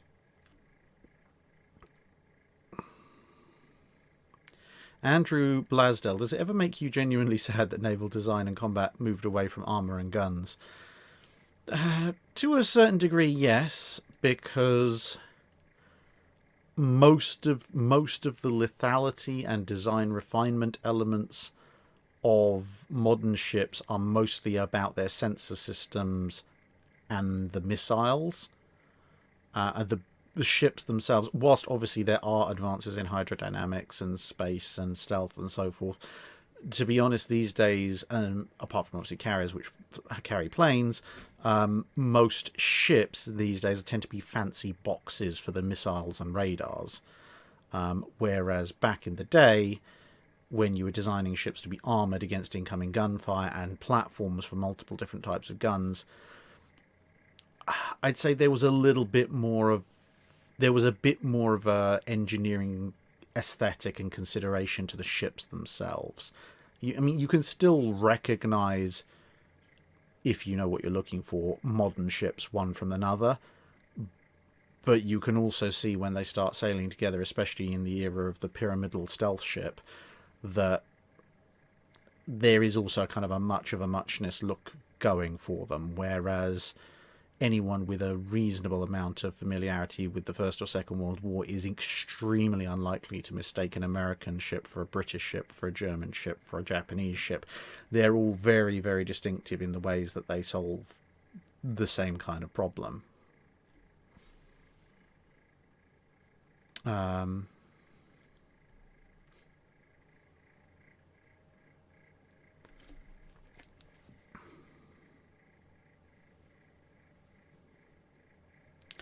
Okay, Mrs. Drac is almost there.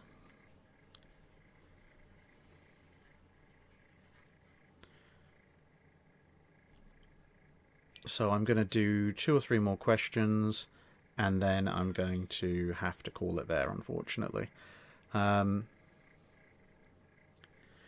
Information Mimic, do you sometimes read the chat sometimes after the stream? Occasionally, yes. There's quite a lot of obviously there's a massive amount of questions in the chat, and there's only so many I can answer, unfortunately, but I do try and read them as much as I can. David Stotler asks, who built better ships in World War One between the US Navy and the Kaiserliche Marine?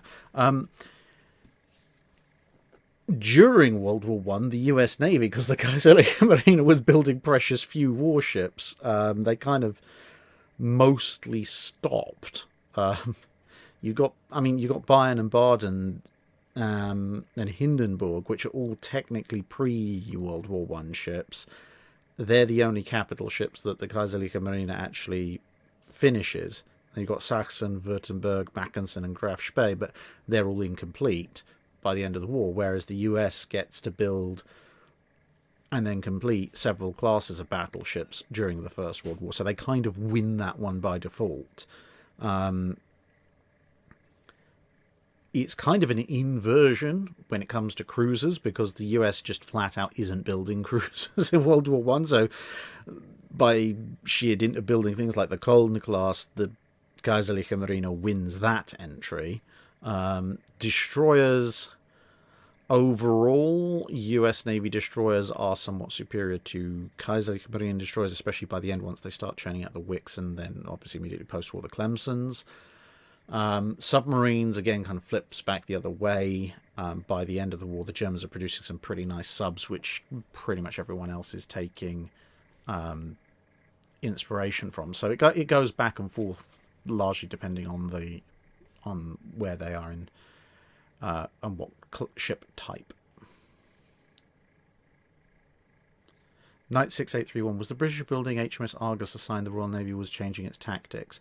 If by Argus you mean the I'm a clothes iron in disguise early aircraft carrier, they were innovating with aircraft carriers quite a bit. I mean, remember they had like Ben Meschery, they had the original Ark Royal.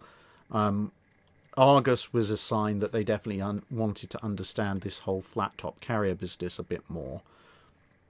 The British, the Royal Navy they were changing their tactics to incorporate aircraft and aircraft carriers in quite a big way. They were surprisingly forward-thinking in that manner when it came to 1910s and early 1920s.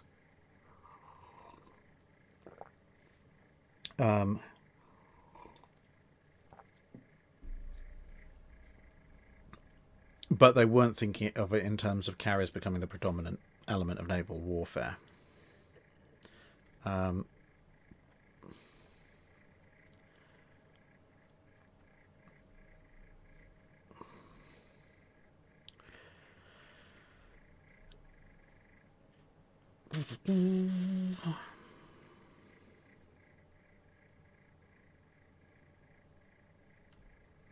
Okay.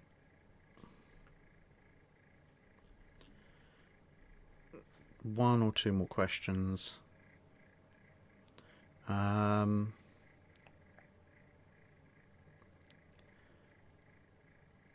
IO2, what if during or after the Battle of Cape Matapan the British managed to capture the Paula and tow her back to Alexandria? What would happen to her? They'd probably go over her with a fine-tooth comb in Alexandria to figure out what systems the Italians have and don't have. If they manage to capture Paula, they'd probably get a bunch of useful intel information off of her as well, in terms of like the actual code books and stuff. Some of the Italian officers might manage to dispose of those, though, so swings and roundabouts on that one. In terms of what they do with her after, if they can get her working, they're going to have to send her around Africa to get her back to the UK for refit and repair. They're definitely not going to use her in the Mediterranean because it offers far too many options for friendly fire. But depending on how compatible her systems are with British systems, if they can make her work with relatively little refitting, then they might loan her to one of the free navies, the Free Polish or Free Dutch Navy, as a flagship. Because that, to be honest, that would make a little bit more sense than trying to integrate her into the rest of the British heavy cruiser force for the Royal Navy specifically. Her fate after that would depend, I think, largely on what navy she'd been gifted to, because obviously, unfortunately, there was a lot of very regrettable things that happened with the Free Polish forces in the aftermath of World War II, but you wouldn't see...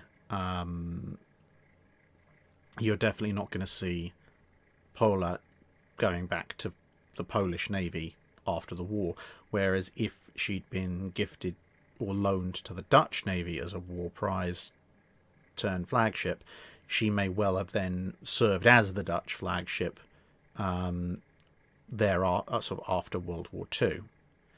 Troa Jakura, do you have any plans on doing USS Pampanito SS-383? At some point, yeah, there's a very long list. David Stotler, if there's no World War I, does Britain respond to the US Navy's building program, and do you think the US Navy would design and build a battle cruiser sooner? Without World War I, Britain would probably stick with its it would probably either go with 3 battleships and a battle cruiser, or 4 battleships a year. So it would keep up its naval building program. I don't necessarily think it would respond in the sense of increasing it further, because as I covered in the Anglo-German Naval Arms Race video, the Germans had kind of dropped down to 2 capital ships a year. So if the Germans are building 2 capital ships a year, and the US is, broadly speaking, also building 2 capital ships a year, then the 2-power standard dictates that Britain needs to build 4 capital ships a year, which, apart from the bumper crop years, they were pretty much doing, so they would probably just keep up with that. Whether the US would design and build a battle cruiser sooner, maybe. But without the war in Europe, it's going to be very difficult for the US to persuade anybody to fund the additional work, to pay for battle cruisers or anything else. I guess it all comes down to whether they get the 1916 Naval Act without there being a war on. David Stotler also asks, how many navies had a ship named Lightning during World War II? I think almost everybody. It's a very popular name for small, fast ships for obvious reasons. But with that said, Mrs. Drack is now saying... Okay, right. I do need to go and fetch the other half, without which, of course, there probably wouldn't be a channel, because I would have probably died of dehydration or starvation sitting at a computer writing a script. So I am going to have to wrap it up there. Again, apologies for only being able to do about 2.5 hours, but traffic kept me from you for, well, the better part of an hour and a half. So, c'est la vie. hope to see you all again. I mean, thanks to the wonders of the way this month has worked out, we're going to be back here next Saturday for the Patreon Dry Dock live stream.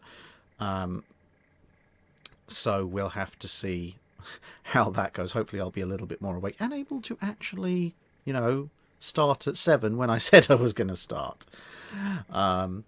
Other than that, thank you very much, everyone, for being here. Thank you very much for listening to me going on, and hope to see you again either on another live stream or with this coming Wednesday's video. See you later.